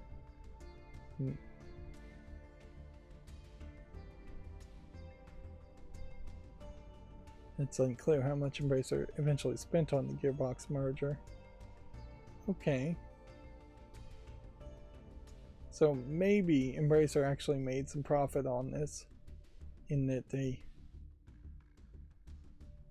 for 3 years, were probably paying the salaries of employees and then paid an upfront price of $360 million, and now they're selling it for $460. So did they spend $100 million over 3 years paying salaries and other expenses for Gearbox? Probably. And yeah, definitely Embracer's getting desperate, or in a very bad financial position due to bad gambling on their part. But yeah,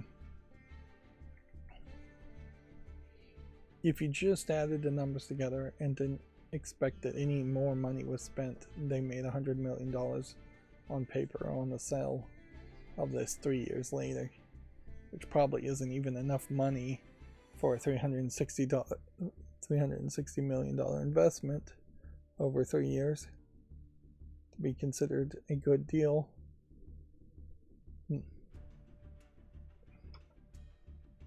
Apparently the creator of Tetris, I assume this is the actual creator of Tetris, Alex Pajitnov, that's who seemingly everybody thinks is the actual creator of Tetris. I'm a little skeptical, but not that much. In part because he hasn't ever really released any other game. Well, I guess I'll be proven wrong, and that at GDC 2024 he unveiled his cerebral unreleased sequel. He revealed it, talked about it, called Tetris Reversed. But yeah, I don't think he's ever made another game. And the story definitely goes that Tetris, the rights to Tetris were stolen by like the KGB, because he's from what was the USSR at the time, and sold and licensed to Nintendo in one of their earliest examples of Nintendo being shady as a video game company. Probably not one of their earliest examples of them being shady as a company overall, though. I still have a personal suspicion that there might be a lot more Yakuza money in Nintendo than people really think.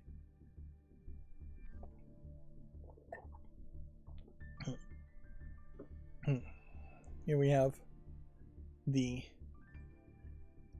GameDeveloper.com article saying Sega is going to sell off Relic, and then they're going to axe 240 jobs. I misread that and thought it said 420, and I thought, oh, they're just doing a pot meme here. But nope. 240 jobs again. Seems like a lot of people. Let's see. Relic is, I guess, best known for Company of Heroes 3, which is, I imagine, in part why I don't really recognize them. Yeah. So with them going independent, I'm not really expecting anything amazing from them either. They'll probably just make something similar to Company of Heroes.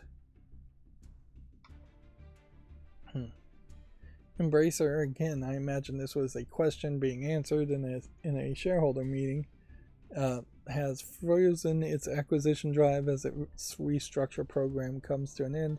The publisher's controversial tendency to lay off studios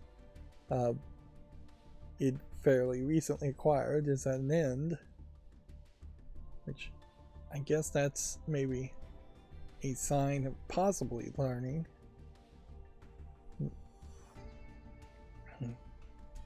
Apparently, Embracer's next move is get good at making games. You would think they would have wanted to do that a lot earlier. I mean, it does just feel like Embracer was being run by somebody who had this fundamental, flawed concept of what being in charge of a video game mega corporation should be, or what it would be like, in that if the CEO of Embracer felt like they were thinking if they just kept on hiring people and just kept on acquiring companies, that would magically make them successful.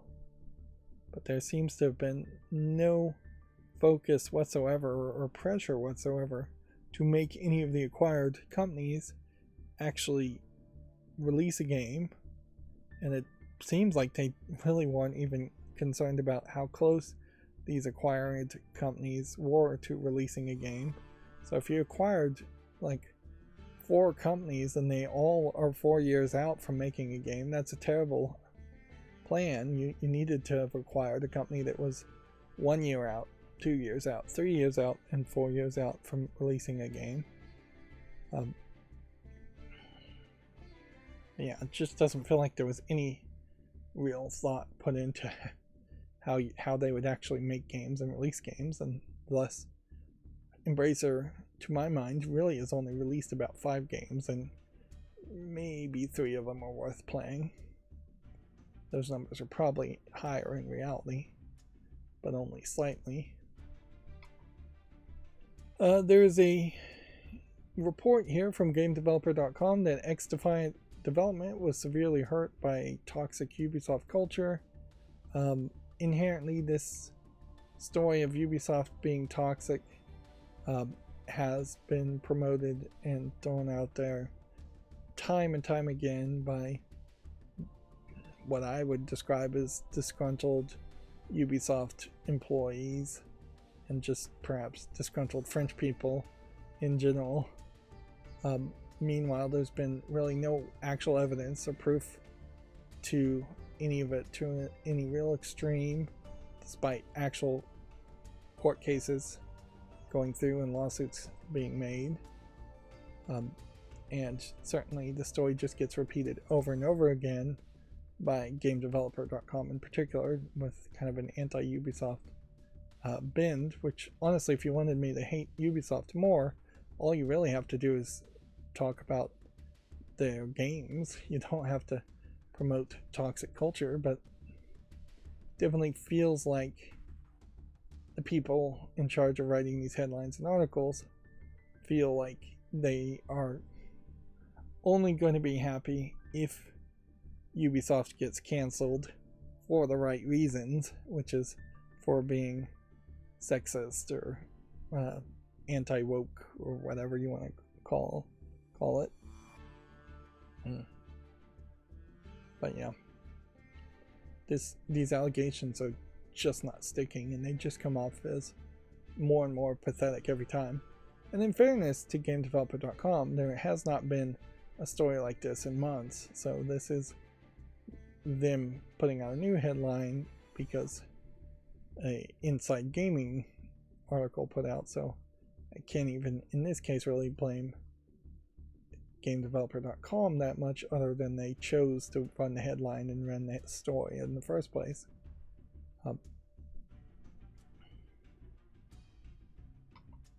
Let's see.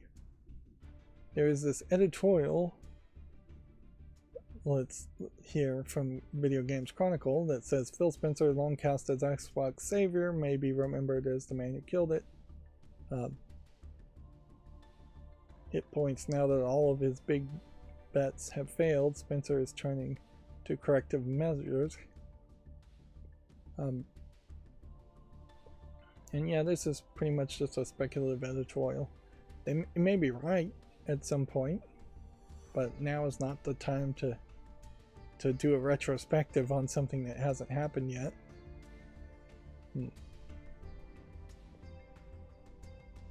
And I have to question how much you can really put on Phil Spencer's lap versus Major Nelson. Whereas Phil Spencer Major Nelson. No, Phil Spencer, I think, is the guy that's in charge right now. Larry Herb is the real name of Major Nelson. Yeah. So I kind of have to question how many things were really done with Phil Spencer being in charge versus how many things were being done with Larry Herb running the show, or effectively not really running the show. If we look at the games that they've picked here, racing games probably as effective as ever. Starfield, you can blame on Bethesda. Fallout 4, you can blame on Bethesda. I don't think this is actually from Starfield. I think this is. But then Doom Eternal, success, in my opinion. And you have to give credit to Bethesda for that. The Gears of War 6, maybe you can blame on Microsoft, but again, that would be Larry Herb's time. And then the pirate game is about the only thing they seem to be really obsessed with. I think Psychonauts 2 was a fairly well success, and Minecraft is still a massive success. And so, regardless of whether it's Larry Herb, who was around when Minecraft was acquired by Mojang, or Mojang was acquired by Microsoft, or even Phil Spencer, that was a resounding smart move that would not have been an opportunity if it weren't for the creator not wanting to get out of the business of big game development. So which of these games do I really think are major failures that I can blame on Phil Spencer? Basically none of them. Now, more physical things, as far as big bets, might fall into the lap of Phil Spencer, but still probably would fall into Larry Herb. In the disk drives are still around, even though they wanted to get rid of him. And Connect and VR are not particularly successful. On the other hand, Xbox Game Pass is majorly successful. So it's kind of hard to have this retrospective and make an opinion piece here when there's been as much success as failure. The biggest failure I think Microsoft may be having that we can point to at the moment is that they've acquired too many companies and they've been too hands-off in the past with the companies that they've acquired. And so I definitely would like to see major restructurings happening in Microsoft so more people are in charge and more people are accountable. And that may lead to even more layoffs, which people hate, but honestly, there are definitely some people who worked on some failed games that probably should not be working on the next games. But maybe you could just move people around. But yeah, too early to look back, in my opinion. Let's see. Apparently, according to GameDeveloper.com, Square Enix is testing AI-driven fictional language generation. The AI's text-to-speech translations to create fictional languages are still in an experimental phase. So, inherently, it would just be using a large language module in a weird way to make a fictional language to basically just create some fake phonemes and sounds, things that sound like words, and then consistently replay those things that sound like words, which that only makes sense in a fairly limited cases of being in a fantasy world or being in a sci-fi world where creatures speak a different language. I question how much AI would even be used in something like that. This feels like this is once again an example of somebody throwing in AI just as a buzzword. Jordan Mechner recounts the tale of creating Karateka from home. My understanding of the story is pretty weird. It's a pretty wild story as far as he just created his own video game in the early days at home mostly by himself. Although it's not really an actionable story.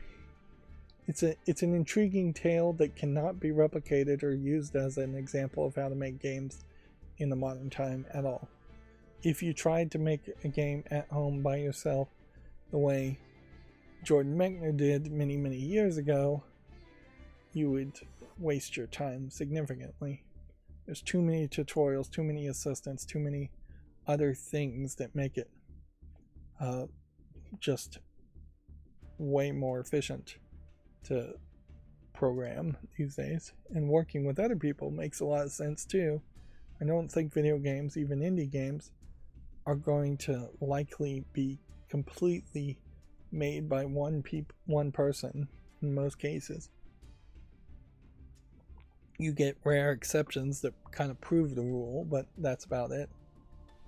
And I can probably name just a few game developers off the top of my head who have suffered and not gotten as many sales or made as many games in the amount of time that they've been around because they are basically making games from home.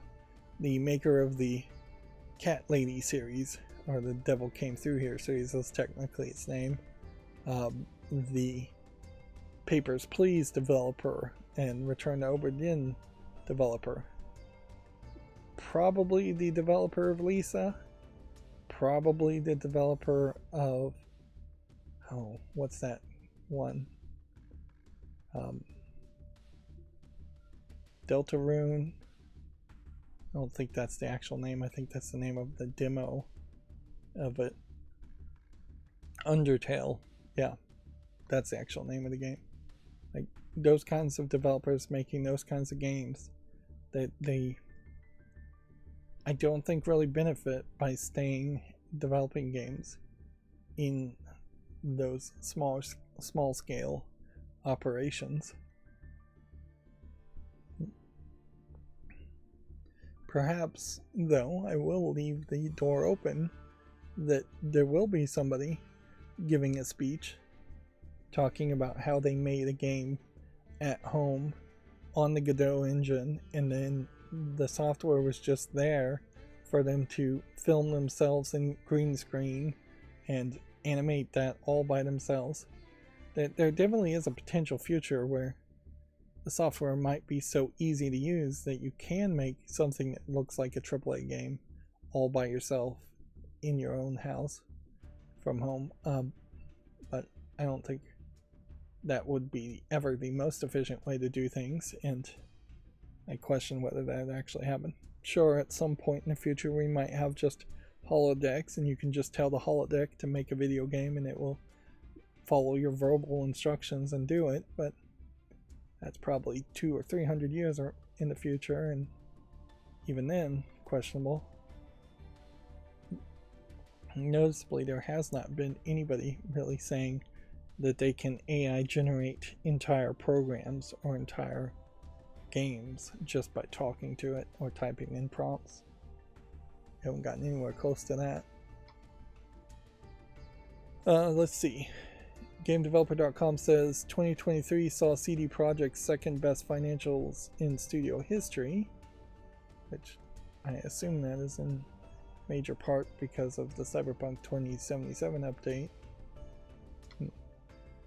The Fallout TV series has this video in which they are eating fake food from the Fallout universe. Here you can see the thumbnail showing what looks like the bottom thorax of a rad roach, which I imagine a significant amount of this is just inedible props with a little bit of jello in the middle. You can also see sugar bombs in the background and just cram. They're eating pies, and like most of the foods in the vaults in particular would be decent looking food.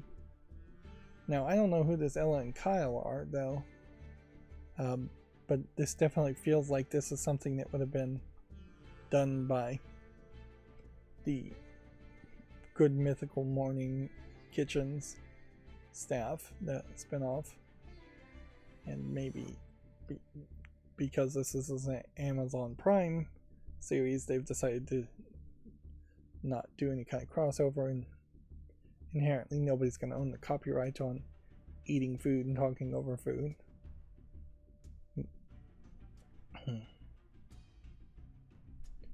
But yeah, they are promoting themselves, I think, pretty well on their own Twitter. We can see quite a few cross promotions. Arizona Iced Tea, it seems like they're doing a cross promotion there, but they're doing, I think, a pretty terrible job of actually promoting themselves outside of their own Twitter. Perhaps people watching Amazon Prime Video are seeing ads every now and then, but otherwise I don't think people watching your basic cable are seeing any commercials for Amazon Prime Video shows. And there definitely is a real argument to make that they've made new shows, but then they've also added ads to all the shows, so the actual experience is just feeling a lot worse on Prime Video.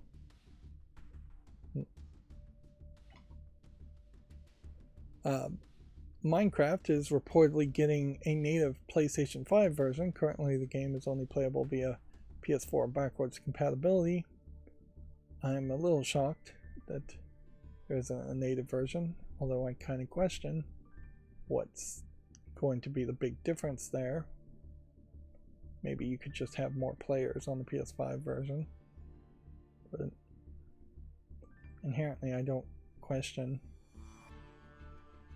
I question if you really should be playing Minecraft on a PlayStation or an Xbox when it's such a PC game first and foremost, with the Bedrock version, the Java version being the one that you really would want to play, I still think, at this point.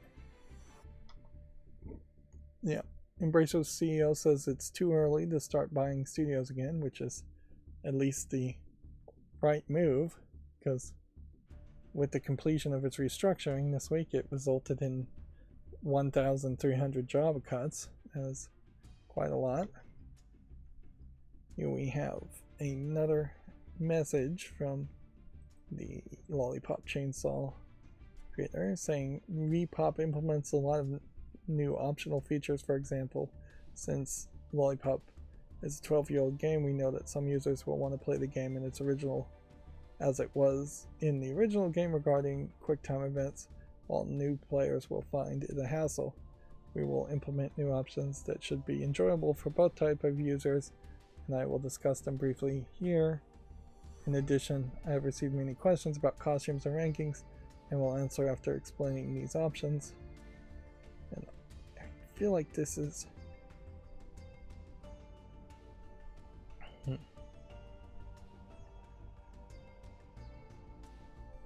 there's a question here. As far as where's the rest of the commentary? Did he reply to himself, or...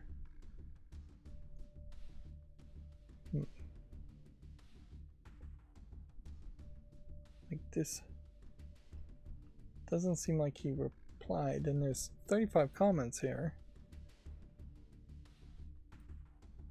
I hate how Twitter works. To actually see other comments, it's so hidden. Did he respond to anybody in any of the comments? No. So I guess he's just promising to update.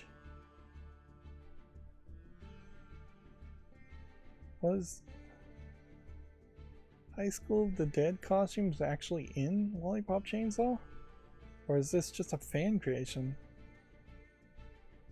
Anyways, the obvious comment here is, I hope you don't censor the costumes. So clearly the audience is consistent. Censorship equals not buying.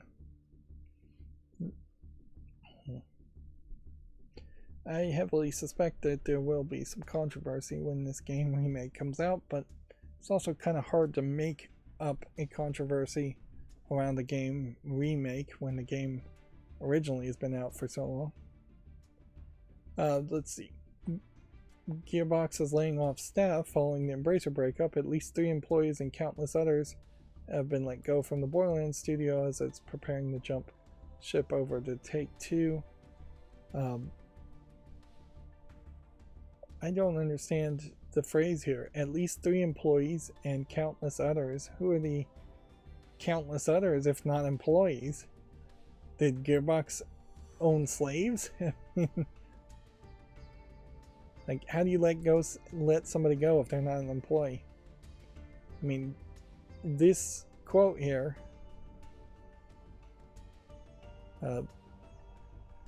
would have to be used exclusively, or you should just say at least 3 employees and not repeat yourself.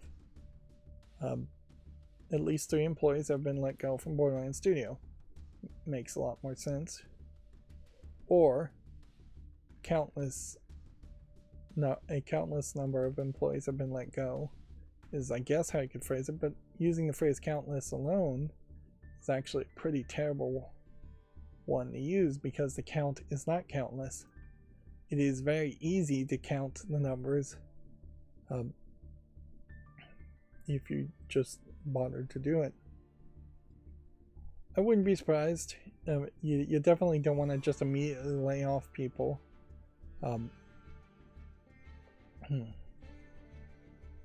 But I wouldn't be surprised if there's some of that. It does eventually happen. Yeah, the Montreal and Quebec offices in particular, I could see fairly high numbers of layoffs there, because I'm not sure either one of those companies actually financially made enough money to justify their existence, even when Gearbox was independent. And the only person really being named here is a senior user research investigator, which literally may have just been, when you're talking 3 people that you can confirm, they may have just used the layoffs as an excuse to get rid of 3 bad employees and just call it a layoff. There's, to my knowledge, nothing inherently connected with the idea of being acquired or sold or bought that makes it a better time to lay people off. It probably is just a case of, if you're going to get bad press, balance it out with good press of being acquired, or it just feels like the right time. Certainly somebody's going to have to go through the hassle of changing the payroll information from Gearbox or Embracer Group paying the checks, paying the payroll, to 2K paying the payroll. So perhaps they just didn't want to bother to move the info over for a bad employee. Of course, this story could change very much by Monday. By Monday, it might be hundreds of people being laid off. Although, inherently, it's kind of hard to know if that's even something you should take as a bad thing. It's not like the most recent Borderlands game was the best Borderlands game. Maybe the company is a little too bloated and needs to be scaled down. Almost certainly that's the case. The Halo and Call of Duty support staff, Certain Affinity, has laid off 25 staff. I almost said percent. Studio CA says it's the first mass layoff in its 17-year history, and frankly, if you consider 25 employees being laid off a mass layoff, then you're not doing too bad.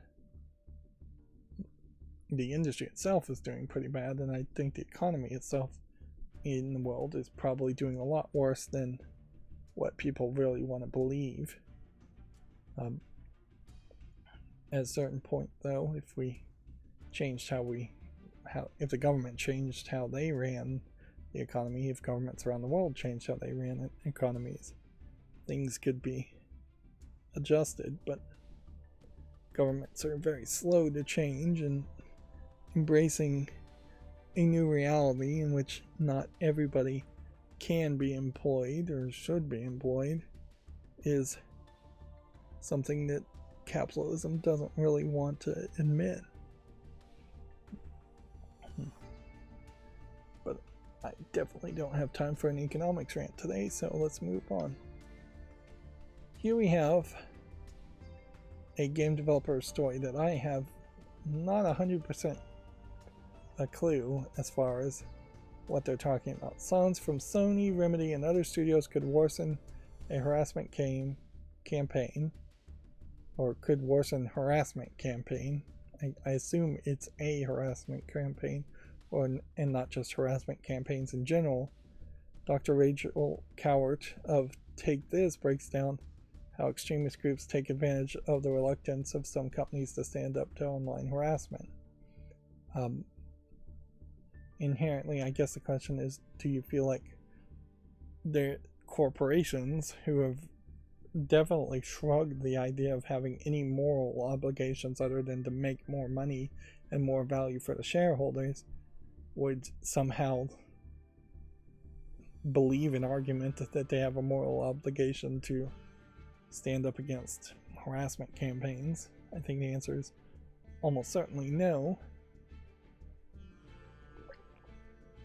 Now, on the face of this headline, I'm just going to speculate that this is GameDeveloper.com talking about the Sweet Baby ink detector non-scandal that they've tried to make a scandal for at least a week and a half now.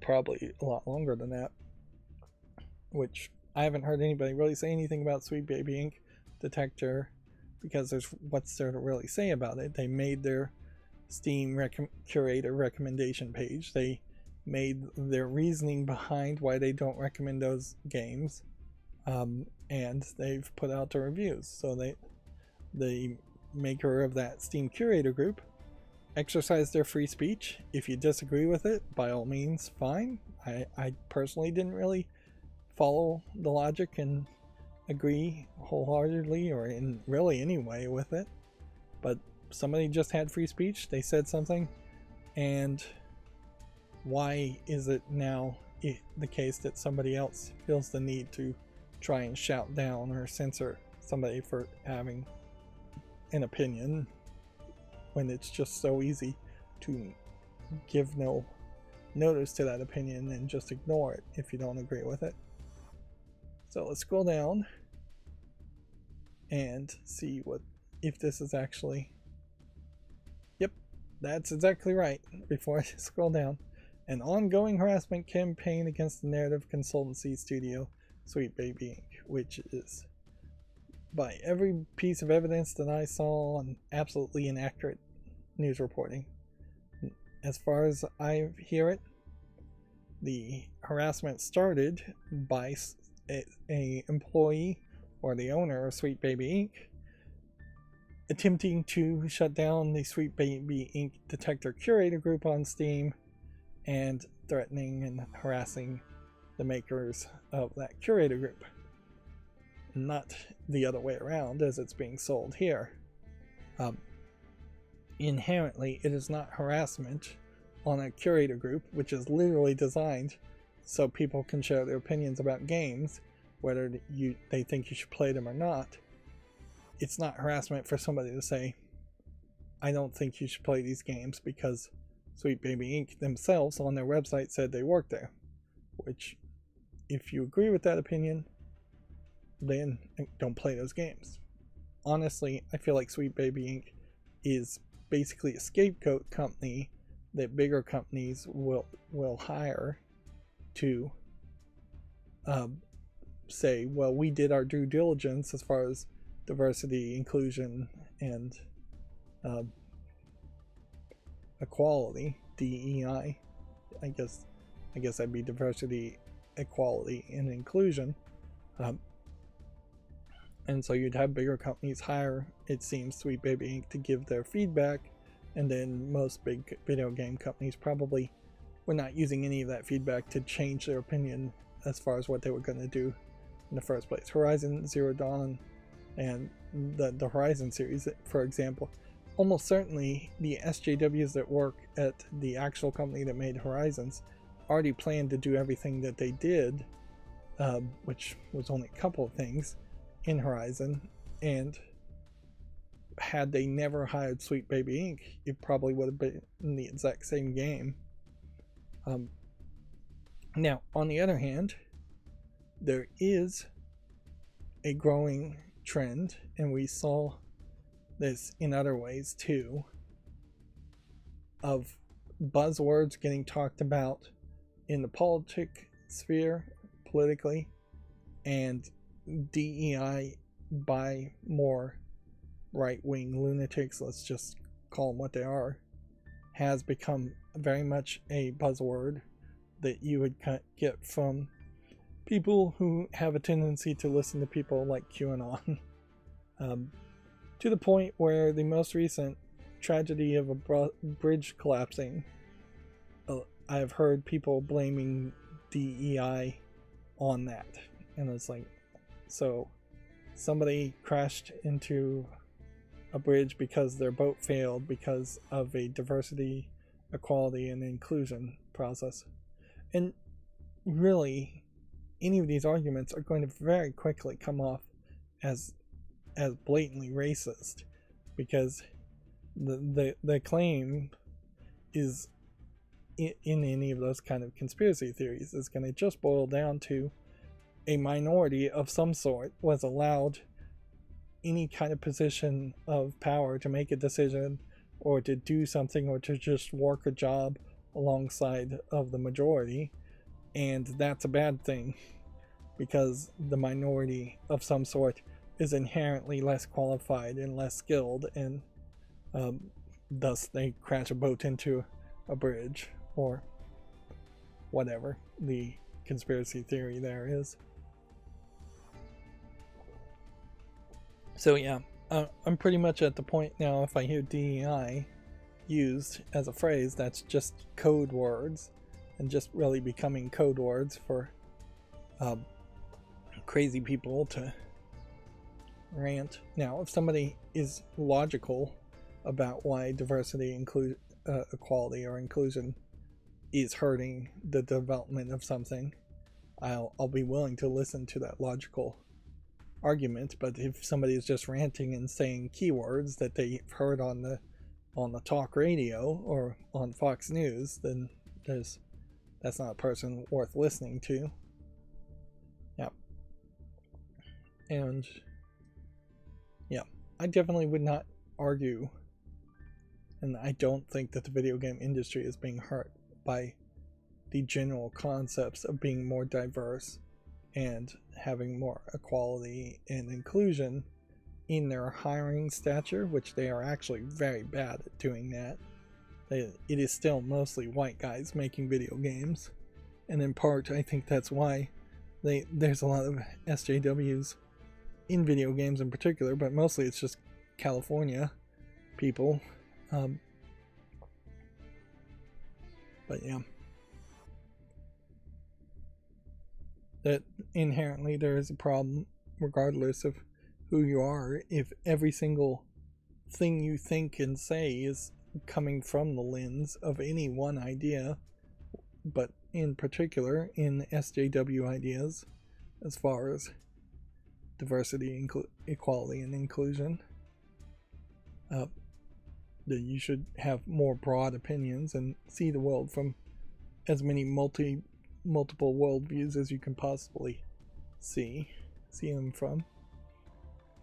And it's important to point out, social justice warrior originally was coined by progressives and liberals to point out the people that they actually hate, which is people who are just sitting on a couch talking into a podcast radio, much like I'm doing now, and just finding problems to complain about and offering no suggestions or solutions, and not getting out there to march in protest, which is the bare minimum you can do, is to show your face out in public and show people on the other side of an issue that you are a real human being and not just some bot online, and that you actually do care about this to march and support certain things. That's a bare minimum you can do. Above that, you work jobs to make money, you volunteer your time. A SJW will complain about kids going hungry. A good liberal activist, or even in this case a good conservative activist, doesn't even have to be liberal or conservative, would go out and feed children if that is their cause. They would make money to pay for kids to be fed, or they would grow food themselves, make sandwiches, go volunteer at a food kitchen, things like that.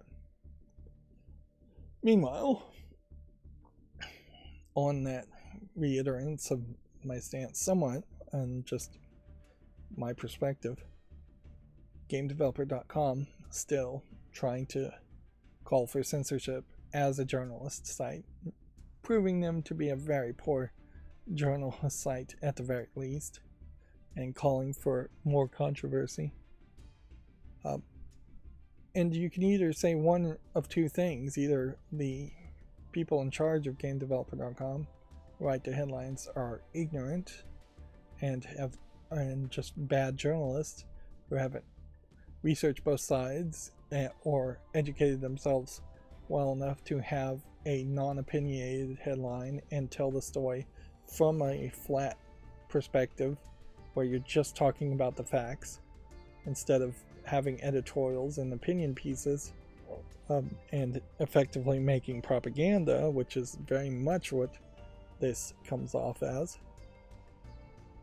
Or, if they're not ignorant, then they are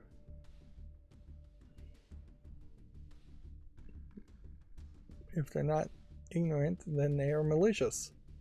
Yeah, that would be the right word to use. That they are intentionally pushing propaganda, and they don't care that they haven't really done a proper job of having an unopinionated piece of news. Either way, it makes them a very poor choice for video game news source of information, and yet there aren't that many better options. Moving on. We already talked about Sega selling Relic Entertainment, cutting 240 jobs in Europe. And then Yellowbrick Games splits from private division to self-publish its debut game. And then I still haven't looked at that. So I have like 3 things still I'm thinking about looking at, and really have been just doing nothing with my computer in the past couple days because I've been working on my Steam Deck so exclusively. And that may be the case for the next couple of weeks. I hope I can get back to Hand of Fate 2 without just having forgotten everything. Anyways, we're looking at all the games I'm going to make YouTube shorts around. Then I think I'm going to probably take a small break and let's not go too far here. Which of these did I actually want to make?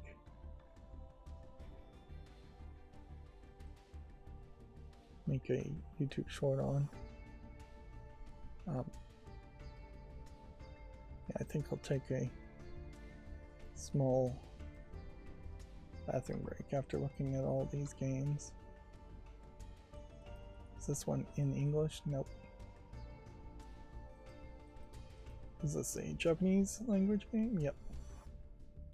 So we're continuing to see more Japanese visual novels, exclusively Japanese visual novels in the languages show up on Steam. I feel like that inherently is going to lead to a change in the next generation. Certainly would be weird if Nintendo came out with a Switch 2 that also ran Linux and was just a somewhat cheaper Steam Deck competitor. That would be weird. And in previous streams, I talked a lot about how Xbox making a Steam Deck competitor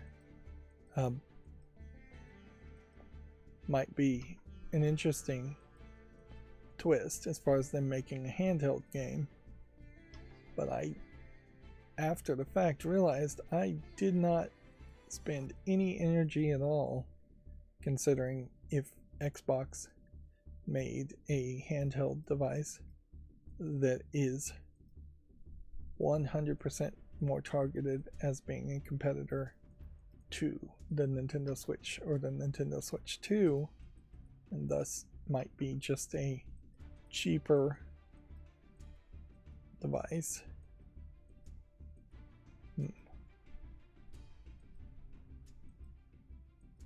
Do I want to say yes to this?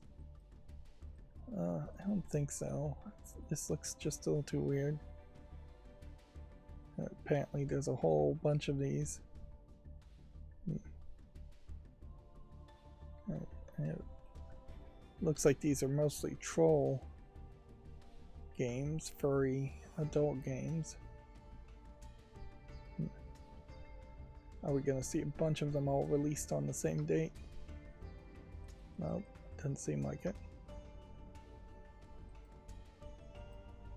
Here we have another kind of low effort anime visual novel from China this time, it looks.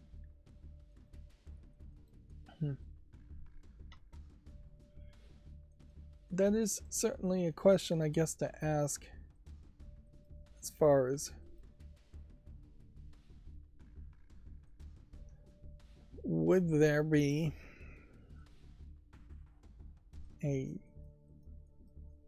enough room for the Xbox to be a Nintendo competitor, Nintendo Switch 2 competitor, where it would be slightly more powerful and still slightly more optimized. Wow, South Park Snow Day is getting received very mixed. See what they don't like about it. I mean, I question it. No South Park game should be this mild on the jokes. Zero targetability. I think they forgot to finish the game.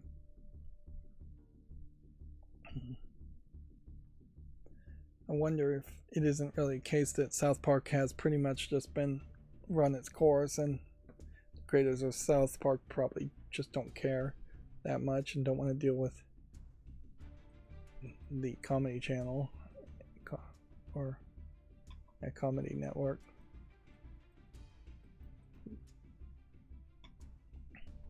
Which, yeah, that's very reasonable, frankly. They've been doing South Park forever. And it's a little weird that Matt and Trey haven't to my knowledge at least, tried to make some other show or do something different. As much as people might hate the other attempts of a lot of things that the Family Guy creator Seth MacFarlane has done, or Seth Green, I think it's Seth MacFarlane.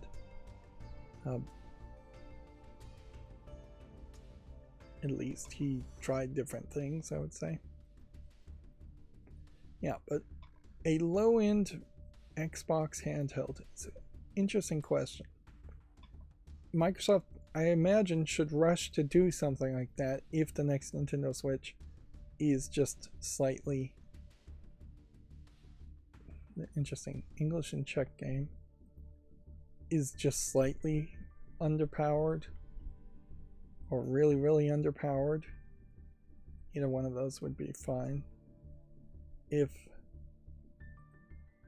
it comes out, if the Steam Deck 2 came out though and it was relatively powerful, if it has 8 to 16 gigabytes of RAM in it,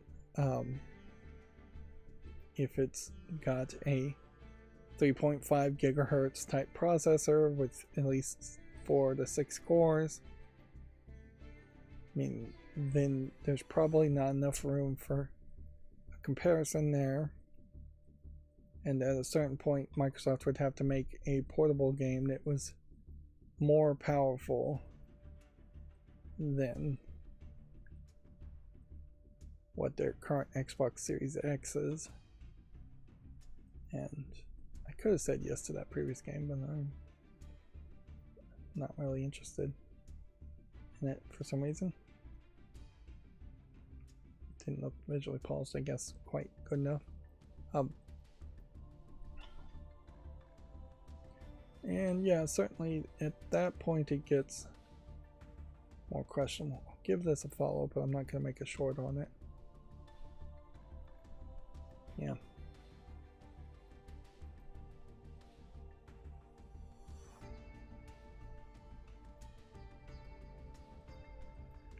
Yeah, it's definitely a case where if the Xbox Series X came out with something that was $600, $700, $800, it would then have to be so incredibly powerful that it would have to blow the Steam Deck out of the water, and that I just don't imagine that would be the case. And almost it is the case that no amount of money saves that. As well, no amount of CPU or GPU power saves an Xbox that would be $600 or $700, because you just would have so much more expensive games that you would have to buy from Xbox, or you'd have to pay for Xbox Game Pass Ultimate, unless you're just going to get a free subscription to Xbox Game Pass Ultimate for buying a theoretical Xbox handheld device. That would be $600 or $700.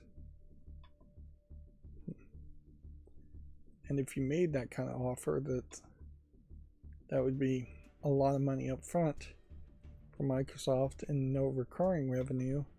And in a lot of cases, companies, even Microsoft, want more recurring revenue, consistent revenue. They don't want just major sales around Christmas. Or this feels like this might be an old game, but I don't recognize it.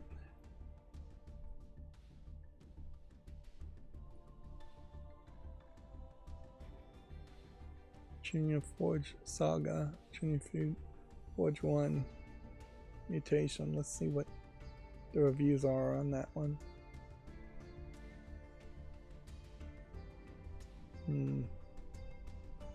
No, I don't think I can say yes to this, and visually it's not interesting enough to make a YouTube short on it. Which I guess that is a level of curation maybe I shouldn't be really considering.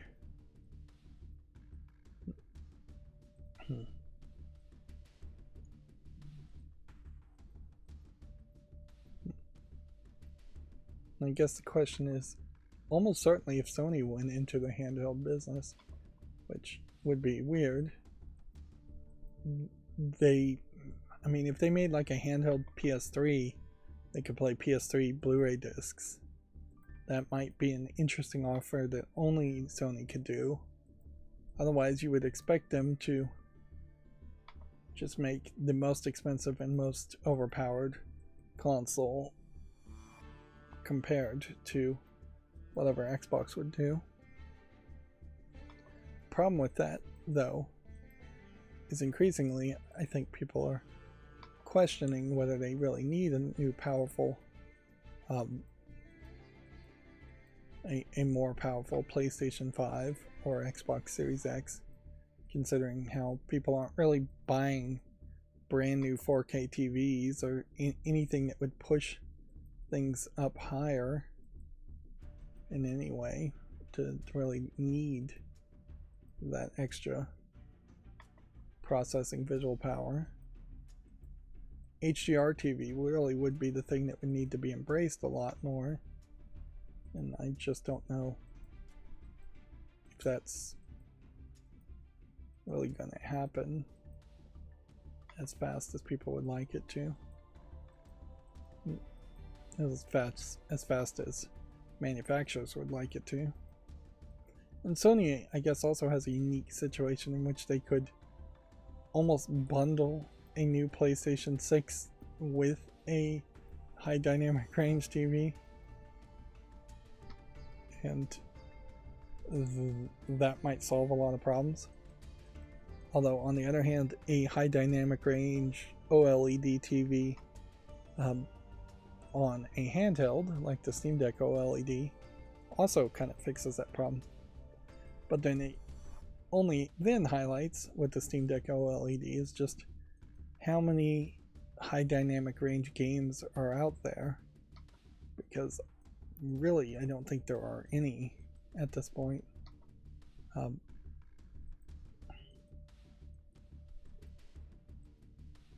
The color gamut and the color palettes in video games I think are pretty hard coded even now.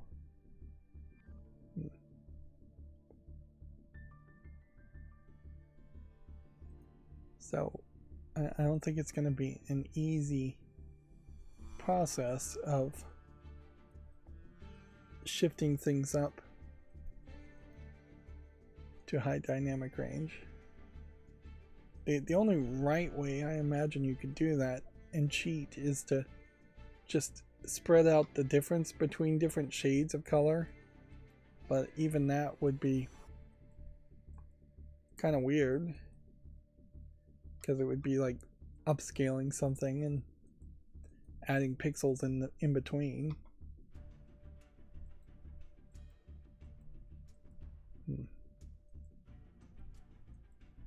That would make all the reds in a game more reddish, more bright, all the greens and blues more bright, and then all the black and darkish tones of colors darker. And it honestly may not be that noticeable if you did that. Instead of a white being 000 on the color scale, white could be 001, and then the next color that would be used would be 003, skipping 002, or whatever, however you would do that. Yeah, that very well may not be very noticeable if you did something like that to fake high dynamic range. There's probably way better tricks to make video seem more interesting. Minus Tech Tips, by the way, had a video showing off RTX fake HDR. So whatever, I don't know what they're doing on RTX to fake HDR, but it was very interesting to look at it, but also it was pretty obviously not consistent in the visuals and not accurate in the visuals with the fake HDR. Alright, well, I'm going to pause the recording and take a little bit of a break, and then I'll be right back. Okay, I'm back. Sorry about that. So, here we are. I've re-zoomed in, or changed the zoom on this page. So, the question is it better to have it zoomed in this much as far as SteamDB to see the 24-hour peak of games and see things bigger, or is it better to zoom out? I think zoom in is the right move. Definitely. Monster Hunter World, as an example here, is in the 17th spot. Otherwise, I'm not sure I'm really seeing too much of anything. Pal World is now fallen down to the 22nd spot. And yeah, nobody's really talking about Pal World. But yeah, 24-hour peak of 73,000 is still nothing to shake a stick at. Lost Epoch is down to 48,000 due to, I think, mostly server issues. And Lost Epoch is still doing better than Destiny 2, although Destiny 2 has been out for a much longer time, since 2019. And Destiny 2 is still doing better than Terraria. Yeah. Yu-Gi-Oh! Master Duel doing, in their 60 million download celebration here, they have an all-time peak of 24-hour peak of 38,000 players, and their all-time peak, if you look at that, really it's just been 262,000. Although that all is kind of thinking on the line that you have to have either a one-time peak or a 24-hour peak that is good to be successful as a video game, and that's just not really the case, particularly when you're talking like single-player focused games. Like, there's really no reason for somebody to need to play that at the same time as somebody else in those cases, or maybe really old games or remakes of really old games, which people could have purchased and just played over a much longer span of time. I did look at this application SoundPad. It looks like it's a very basic sound recording software, and I just don't know a reason why you would pay money, because it's not free, to have this when you could, particularly on the Steam Deck, just install Audacity. But on any Windows computer you can install Audacity and have a much more powerful, perhaps overwhelmingly too complicated interface software. But it does highlight something I should probably do, which is just look at all of the softwares available on Steam. Steam doesn't really have a huge amount of software, but try and figure out how many of those softwares are recommended for the Steam Deck, because there is a change there.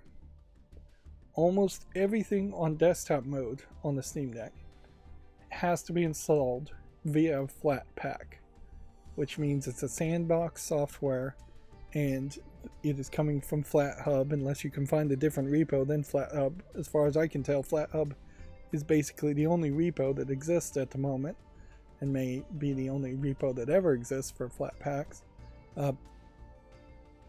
But yeah, there might be a plethora of more useful software that you can install via Steam and use the Proton DB compatibility layer to run a Windows piece of software on Steam which inherently, the way those applications install might be a little bit looser on the restrictions than what a Flatpak has.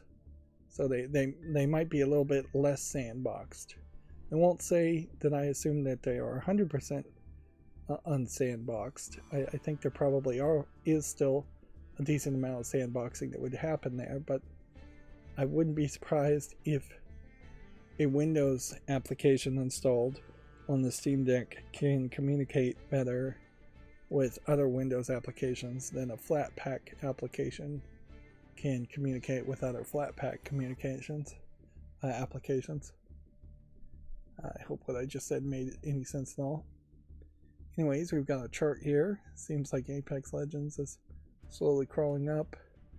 And we've got some bounce up for some games on this Good Friday. I guess it technically is Good Friday, the Friday before Easter, which means seemingly more kids these days get out of school early for that. Which, okay. Maybe kids are playing video games on Good Friday. Maybe they're not. And that may just be regional in particular, as far as when the kids are getting out of school or not. Let's see, do we see anything on sale on Steam before we do the headlines? War of Rights. Interesting.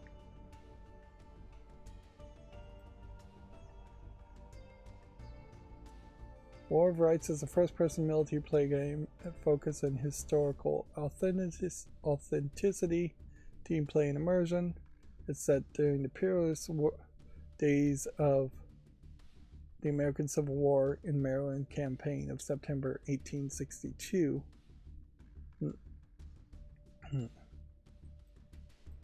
Now, my first knee-jerk reaction here would be that this is a like right-wing type game, just trying to say both sides were on equal moral grounds as far as the North and South Civil War, and that the Civil War, you often hear people say the Civil War was about states' rights, and then the response to that is, what state rights were they at war about? And then they have to kind of timidly admit, or they'll probably refuse to admit, that it's about the state's right to own slaves, and that if you look at the actual declarations of war from the South, there was slavery was literally mentioned in at least 6 of the 13 colonies that would have existed at that time. So if half the states are for or the North and half the states are the South. But then you could also argue that War of Rights might be about civil rights or civil liberties, although in reality the North really wasn't fighting to give full-on rights and civil liberties to slaves either. And there is a lot of hypocrisy saying that the North just like freed all the slaves in the North immediately as soon as the Civil War began, and that's just not the case at all.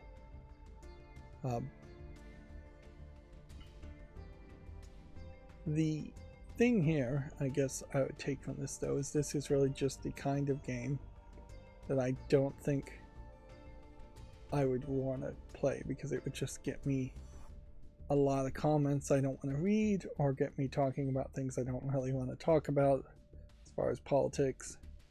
So I would definitely stay out of this. I question if you ever really had a battlefield in the Civil War with this many people on the field of any battlefield.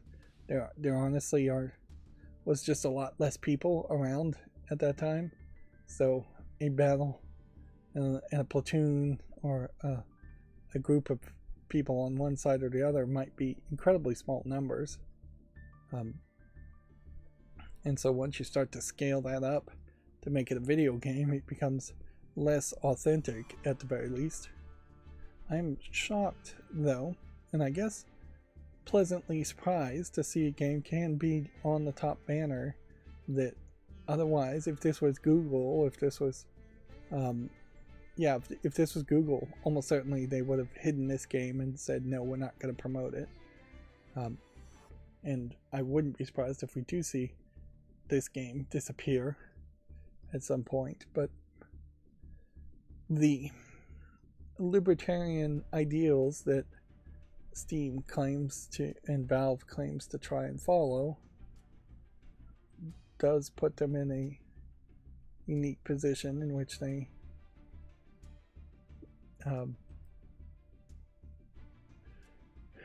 they will try not to censor the wrong people or censor too much very publicly. You have like an overwhelmingly positive game, but I remember not really wanting to play it, but whatever. I'm gonna put it on the wish list. I think I could probably figure out something to say about this game. Now, Valve does censor.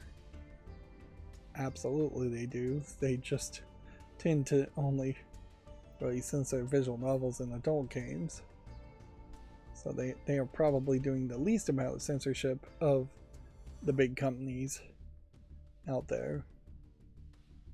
And it is completely a closed box as far as just how much censorship really is happening in the Nintendo arenas and the Microsoft arenas. We kind of know a little bit as far as how much censorship is happening in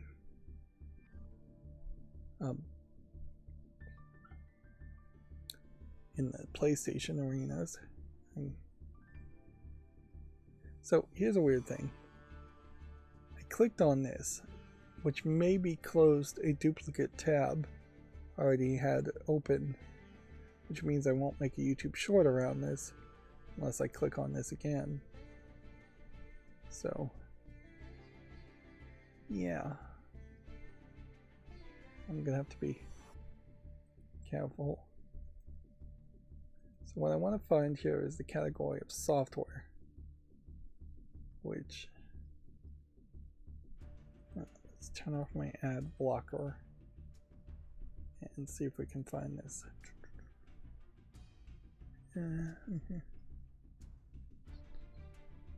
Categories, software. Okay, open that as a new tab. Then we'll open this back up.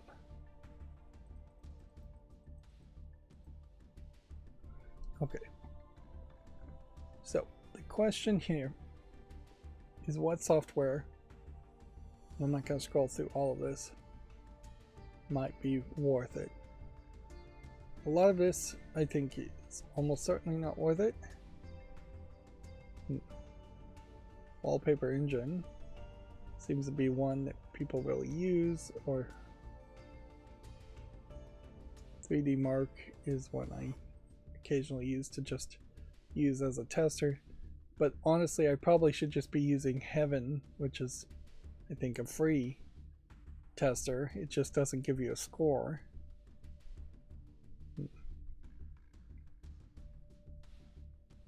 But yeah, the number of softwares available through Steam has always been pretty low, because why would you sell software through Steam and give them a 30% cut? I could see maybe Vegas Edit, Steam Edition. There's some free software, like OBS is in Steam, so maybe I should try OBS via the Steam version. Vegas Edit here, $250 is no cheaper, I imagine, than if you just bought the non um, non-Steam version of it. A lot of RPG Maker games, a lot of game creator things. That their focus definitely, I think, is to just have something loosely related to video games as a piece of software. They don't inherently want just random things. But I'm also, this doesn't look like software, this looks like a video game.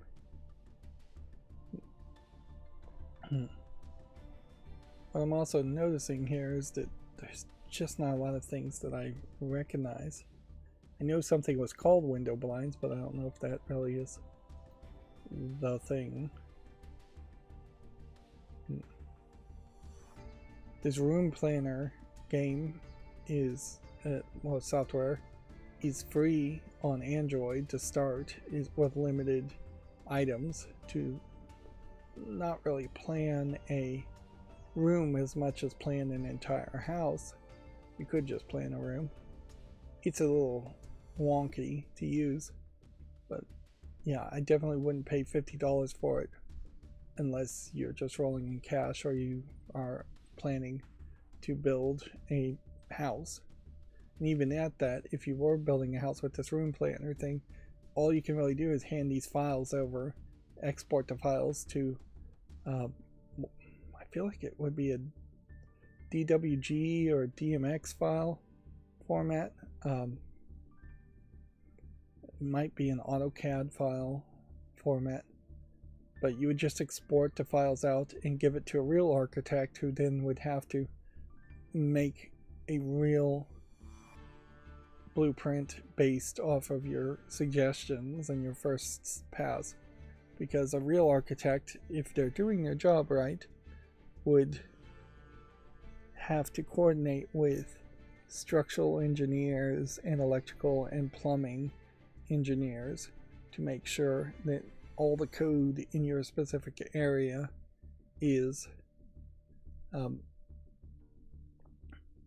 being followed.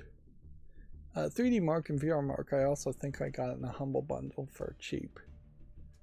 Got Steam codes for it, so I definitely don't think I bought 3D Mark.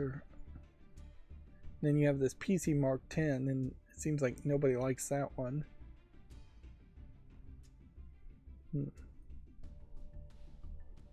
Yeah, and I think I've seen enough here to say that there really isn't enough software here to even really bother with this. With buying software on Steam. If anything, I think this is probably a great example of where Steam could have failed in its early days, is if it was just a storefront that was offering you pretty awful games. This is interesting.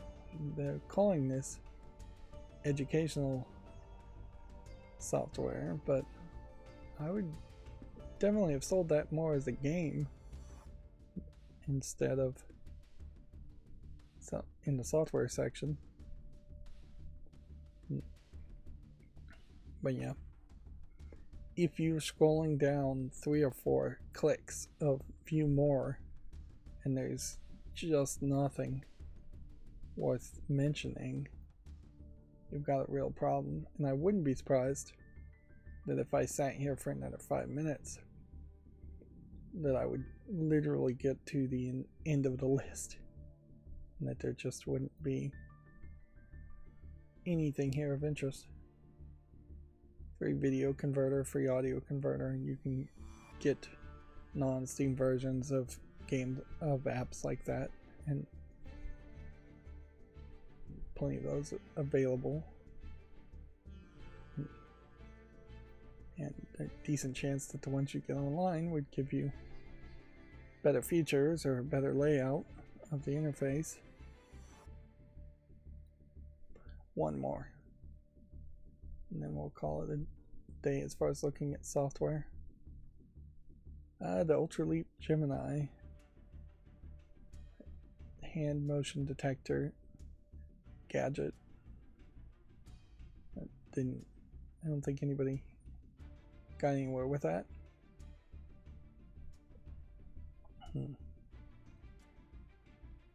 And as far as coming soon goes, nothing particularly interesting. Screen mirroring might be interesting if that works on the Steam Deck. That's one of the things that I actually did want it.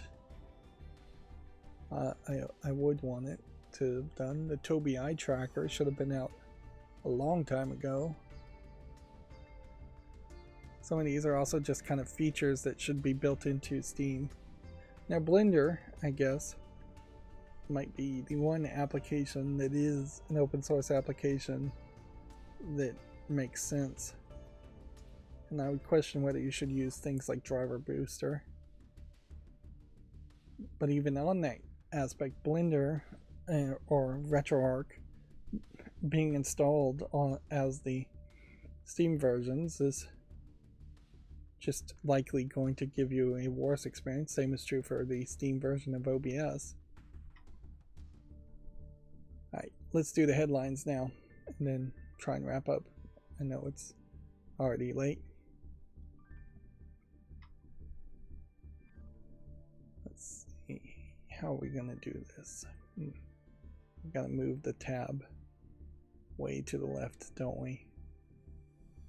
Well, the good news is it doesn't look like there's that many Video Games Chronicle articles. The bad news is it looks like there's a decent amount of Gamatsu articles, and then the continued bad news is that it seems like VideoGameDeveloper.com's website is going to consistently be broken as far as that macro goes. Which, it's worth pointing out, I suppose, that if GameDeveloper.com's macro wasn't broken, the number of chapters and the amount of characters to make the chapter title descriptions would have been even larger.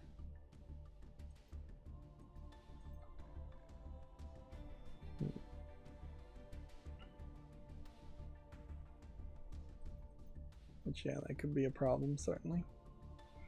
Anyways, headlines. Here, let me get the mouse in the right place. Let me get my wrist in the right place. Here we go.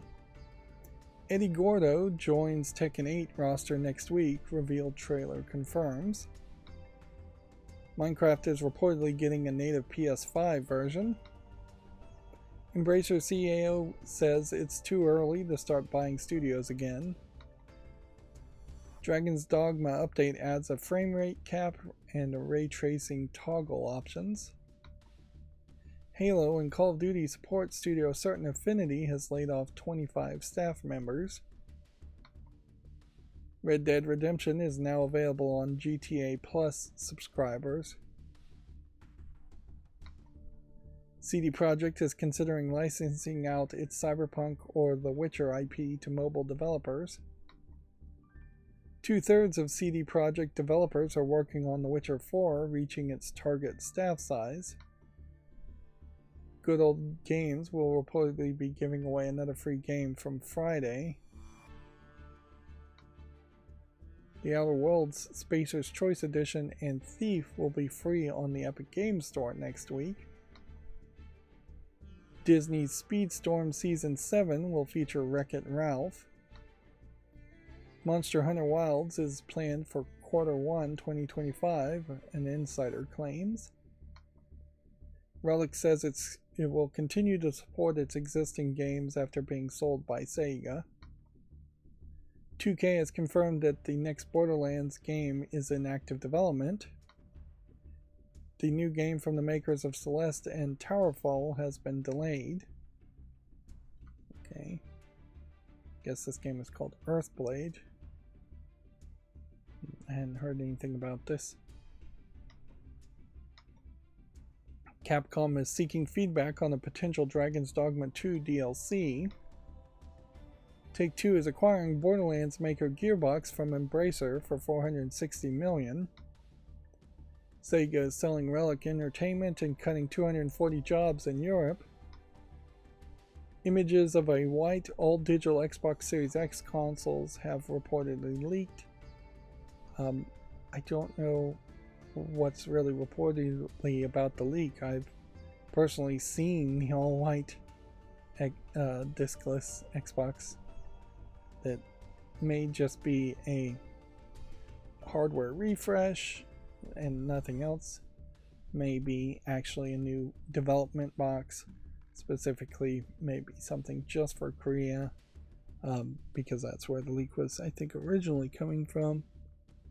We did in other leaks see this round Xbox prototype image that's more of a cylinder, but honestly, making anything in a cylinder is a nightmare as far as squeezing in components and circuit boards.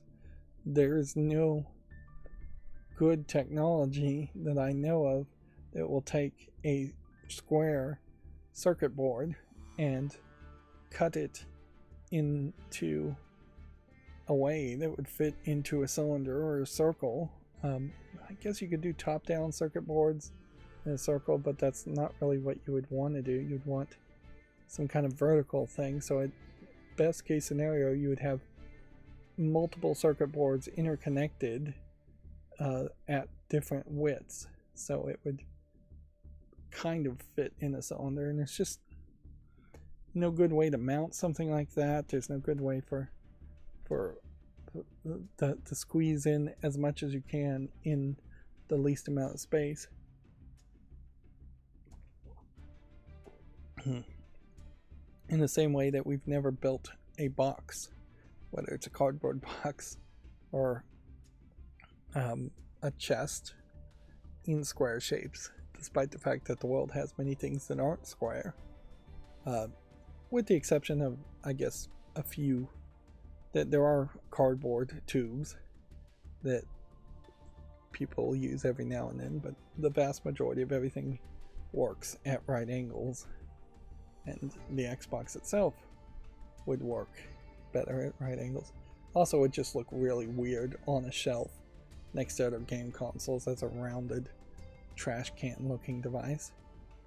Apple has made a couple devices that were in that shape, and yeah, it was immediately made fun of for looking like a trash can. Anyways, moving on. Next week's free games Epic Games Store title is leaked. Modern Warfare 3 and Warzone Season 3 has been detailed. Nintendo of America is reportedly cutting 120 contractor roles ahead of the Switch 2's launch. PlayStation Store's spring sale includes thousands of discounted games. Sony has revealed April's PlayStation Plus Essential games. Bandai Namco releases 3 free Steam games developed by new recruits. Alright, so that's the Video Games Chronicle headlines. Let's now go through the Gamatsu. We'll go a little bit slower, I think, in these always. The Kind Man Remedy is coming to the PS4 and 5, Xbox One and Series, and Switch on April 11th. It is apparently a blasphemous management simulation game currently available on PC. You look at this Gamatsu article headline, and boy is it just a good headline compared to what you see on GameDeveloper.com and Video Games Chronicle. Like, just in the headline, you have the name of the game, you have the action, it's coming to new consoles, you have a list of all the consoles, you have the date. There's just very little effort here to try to hide information below the fold and make somebody scroll down. Then you get into actual information that they're posting, most of which is just press releases, or just information from the game store itself. And it's just useful information, very actionable information.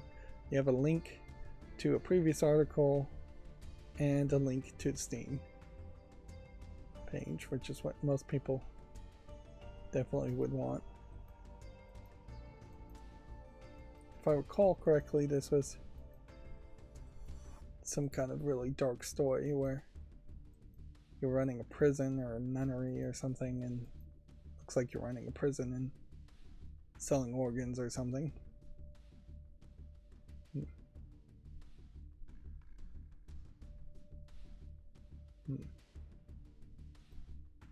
Well, regardless of the content, this game is mostly positive at 71%, and it's weird enough that I would be willing to make an exception anyways and put it on the fall list.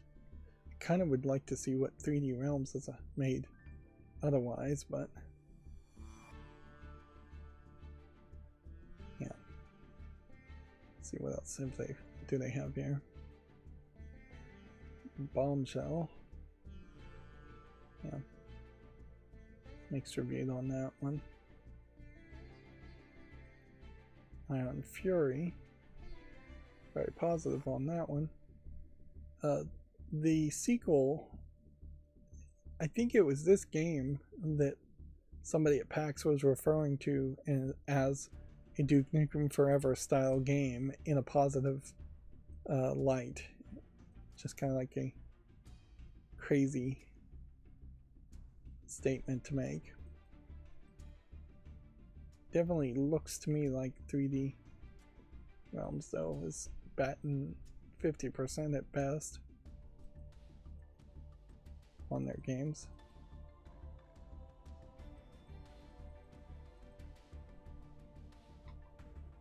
Wuthering Waves launches May 22nd.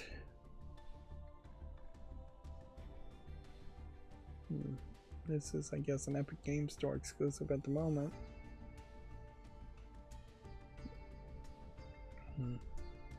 I don't think I have time to watch these trailers. Let's move on. Tekken 8 DLC character Eddie Gordo launches April 4th. I could swear there was a Eddie Gordo wrestler, but I don't think he looked anything like this.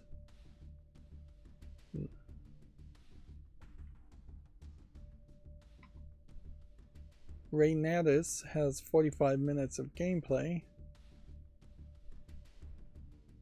Go ahead and check that out. Inside Final Fantasy VII Rebirth 4-part documentary series is now available. I mispronounced some words there. Even looking at this here, you can see the old RPG mentality that still is fairly common, in that you have a playable character protagonist, and then you're throwing in 1, 2, 3, 4 characters that I recognize by default as secondary team members. And then there's a pet that I don't recognize, a character here I don't recognize, a character here I don't recognize, a character here I don't recognize, and a character here I don't recognize. I almost wonder if this character here and this character here are not actually in the game, and the documentary is actually showing the creators of the game here on the side. I wouldn't be surprised if it turned out these characters here and here also don't appear in the game. But yeah, even by the basic 5 characters, there's too many of them. Noticeably, your secondary male character is much more forgettable. I've seen way more screenshots and cosplays and fan art of this character and this character, and spoiler for this character, I suppose, she's not in the picture for very long, so you see occasional images of her, but not anywhere as many. Yeah, a modern RPG game almost certainly should try and get the teams down to 2 or 3 people, 4 at the most, just to not have that ridiculous amount of having a different character for each person's own personality, particularly when you're so far away in Final Fantasy VII from one character being like a mage character and one character being a healer and one character being a like brute force strength fighter character. That may still very well be the case for a lot of the characters even in Final Fantasy VII, but yet really don't expect, I wouldn't expect that in RPGs. Although in fairness, I don't know if anything I expect from an RPG should be listened to, because I am definitely not the target audience for RPG games. This very well may be exactly what gamers who love JRPGs or RPGs want, is a big cast of characters with lots of variety.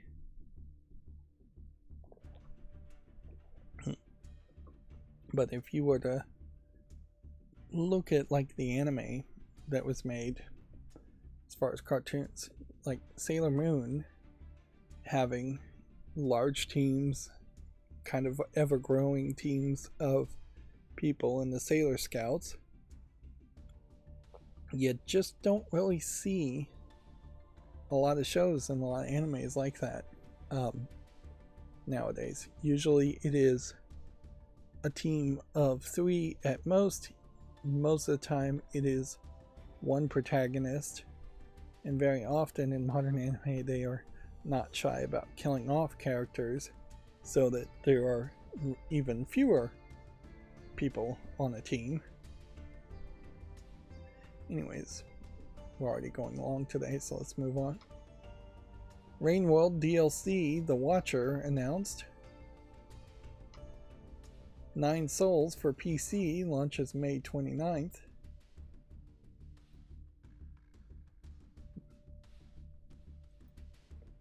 Let's see. Well, this looks somewhat interesting. Blockbuster Indie Games Showcase, the III initiative set for April 10th, featuring reveals from Megacrit, Red Hook Studios, Poncle, and more. Now, Red Hook Studios is the maker of Darkest Dungeon. I wouldn't be surprised if they announced some DLC or another game for almost exactly the same as Darkest Dungeon. I feel like the III initiative as a concept is trying to have a E3 for indies, perhaps breaking away from PAX where you would generally expect indie games to be showcased.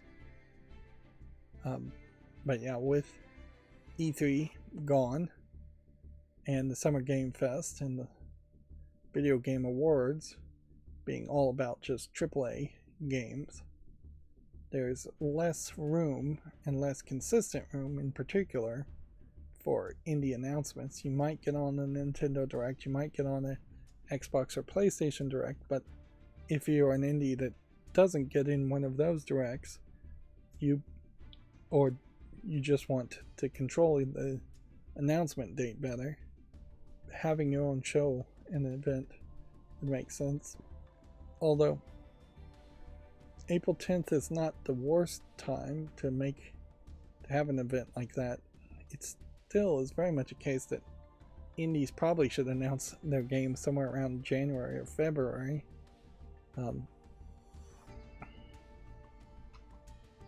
Strategy roguelike deck builder As We Descend has been announced for PC.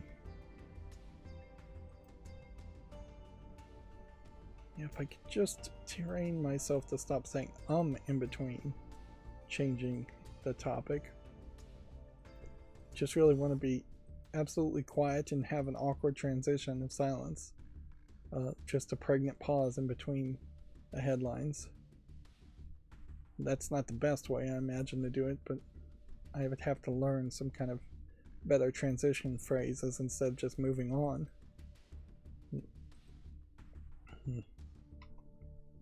Predator Hunting Grounds is coming to the PS5, Xbox Series in late 2024.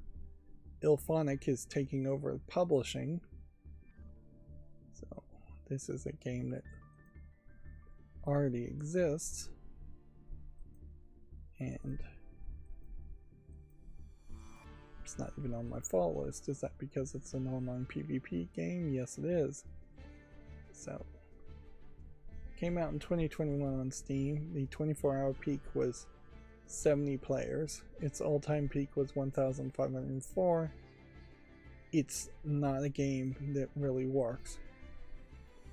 And it's fairly crazy that for probably well over a decade, if not two, we've had games that are multiplayer exclusive, and then there's just been no standard way of adjusting or correcting for a game not having enough players years later. And so instead you just have games going on sale to what I suspect will be no audience at all. And I can't in good conscience recommend or make a YouTube short around a game that has a 24-hour peak of 70 players, regardless of how positive it was reviewed.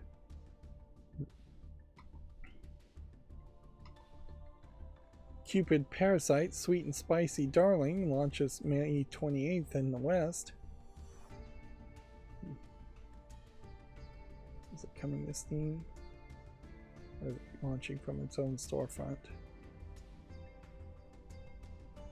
It is an Otomate visual novel, which I think is the same as Otome, because it says both Otome and then the tag is Otomate. Some Japanese words are kind of like that, where there's just two different ways you would pronounce it depending if it's in one tense or the other.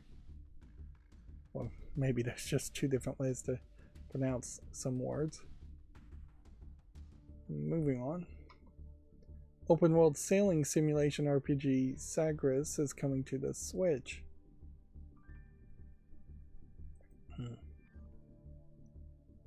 Well, I would say this game is lucky that they came out before some of the other pirate sailing games. That being said, this looks particularly uninteresting. Which is funny because a game like this, which is rated very positively, would have been considered great back in the NES era.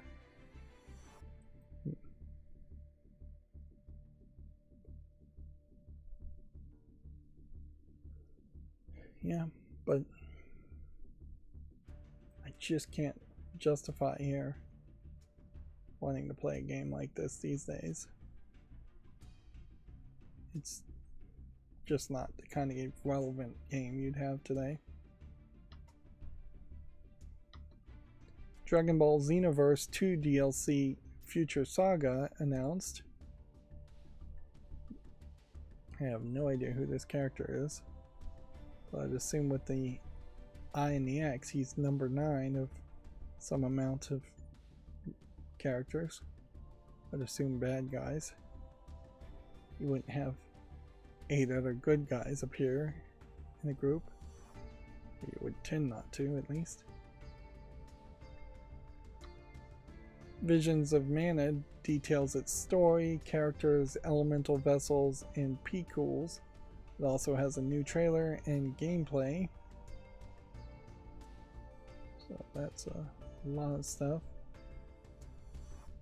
A lot of screenshots here showing off the visuals.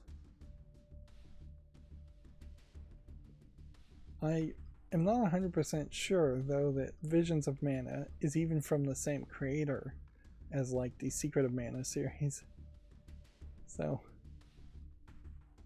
yeah, I'd have to do a lot more research before I could get too hyped on a game like this.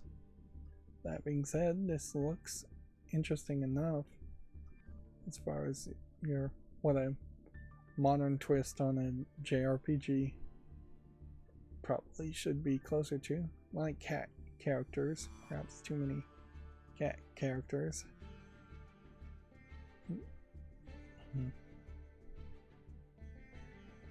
A lot of videos here on top of all those screenshots. Corpse Party 2 Darkness Distortion launches this fall worldwide for the PS4, Switch, and PC. Seems like you can get a collector's edition with a med kit and a blue LED candle.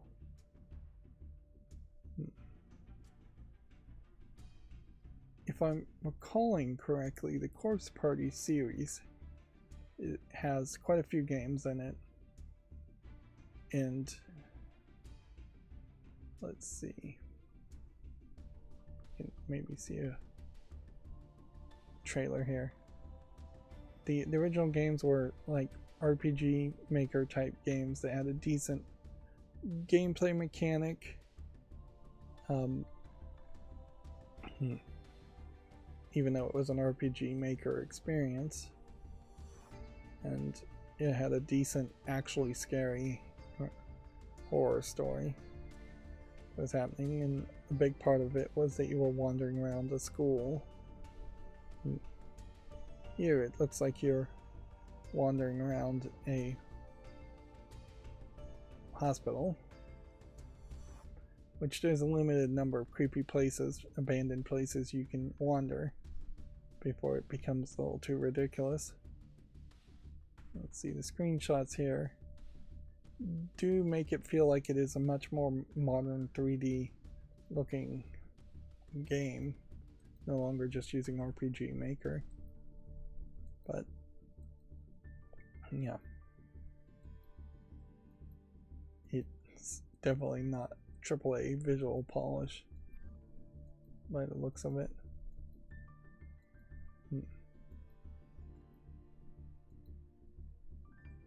Yeah, I guess that's all I probably have to say about the game at the moment. I'll keep an eye on it for later.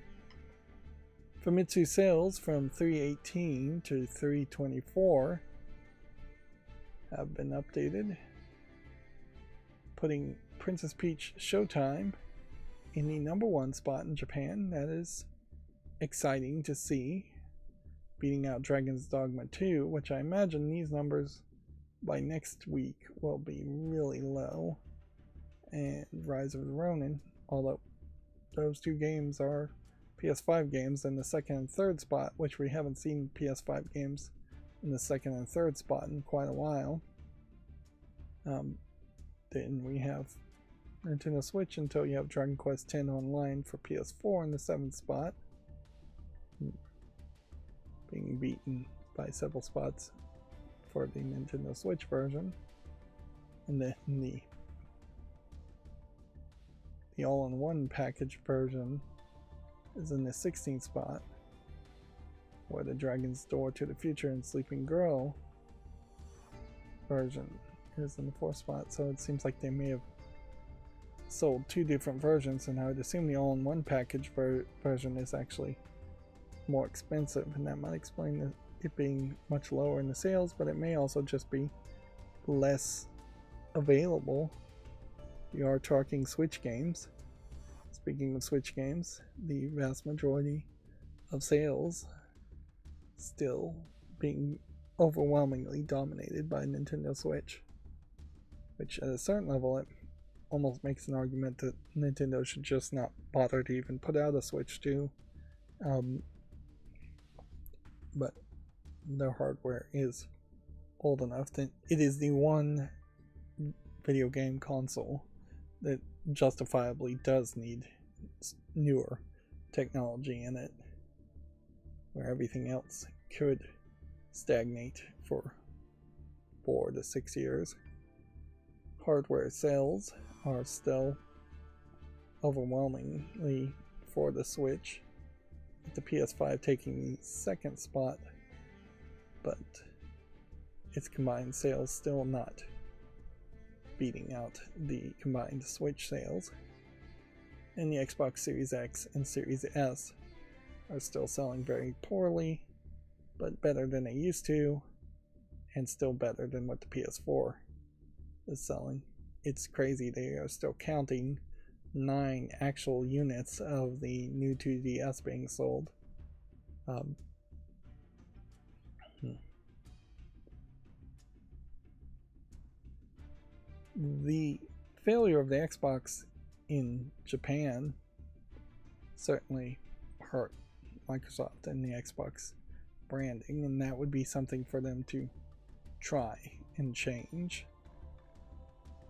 I think to just be in the hearts and minds of Japanese players a little bit more. But then I also kind of question if the Xbox has sold particularly well in any country, particularly the Series X and Series S.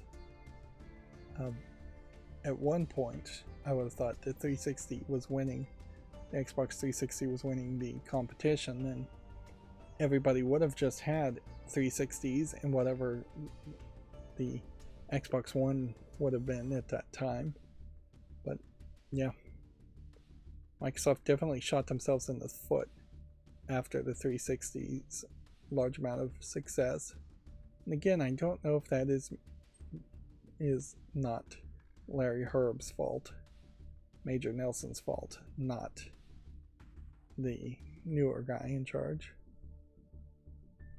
We shall see if they shoot themselves in the foot again. Anyways, moving on. The Bridge Curse 2, the extrication to be published by P-Cube in the West. It's one of those headlines which could have used a comma.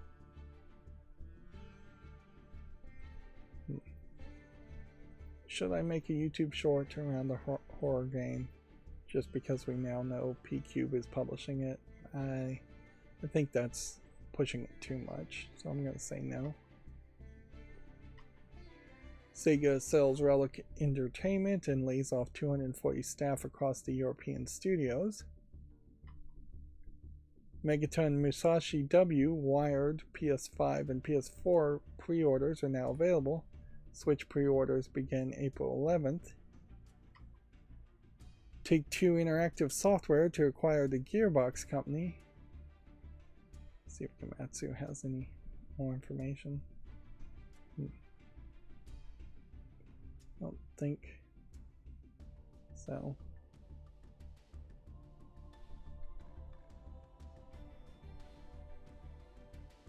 Embracer Group is going to retain Gearbox Publishing San Francisco, which will be renamed, including the publishing rights of Remnant franchise, Hyper Light Breaker, and other notable unannounced game releases. Cryptic Studio, including Neverwinter Online and Star Trek Online, Lost Boys Interactive, and Captured Dimensions, retained companies will be integrated into other parts of the Embracer Group. So in a weird way, the Gearbox that is being sold off is very much just Gearbox in Frisco, Texas, Gearbox Montreal, and Gearbox Quebec. And on top of that, the Tiny Tina Wonderlands franchise and Homeworld, Risk of Rain, Brothers in Arms, and Duke Nukem franchises in the Borderlands. But I also just still question whether 2K didn't always own the rights completely for Tiny Tina's and Borderlands.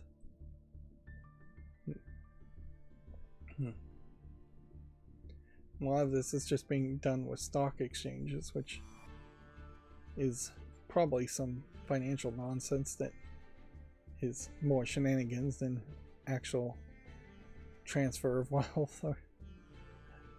Anyways, moving on. Europa for PC delayed, probably until summer.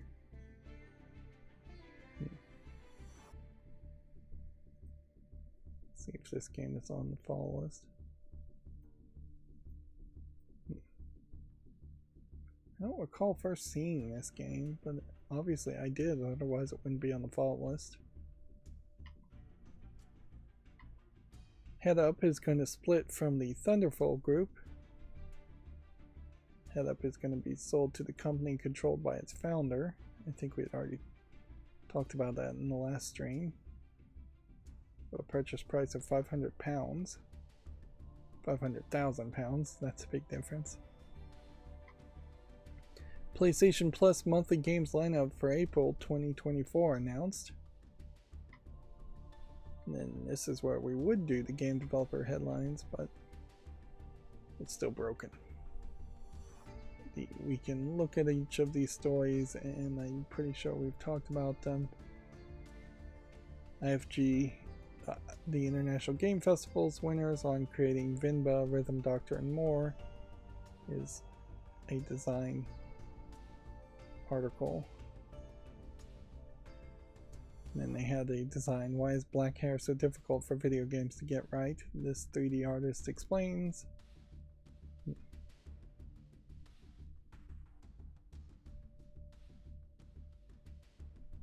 GDC's Experimental Games Workshop shows off a litany of innovation and interesting titles.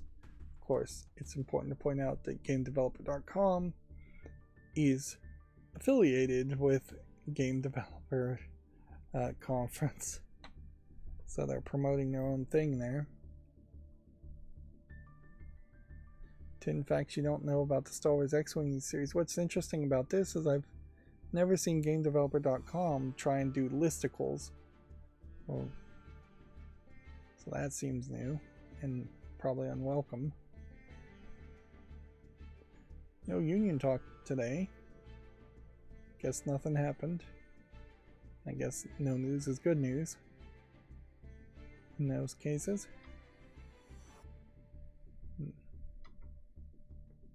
Alright, well, that's going to be the end of the show. We got kind of lucky here and we didn't end up streaming deep into the night, for me at least. Alright, so that's going to be it for this show. As always, I ask you to like, share, subscribe, and keep on watching. Thanks.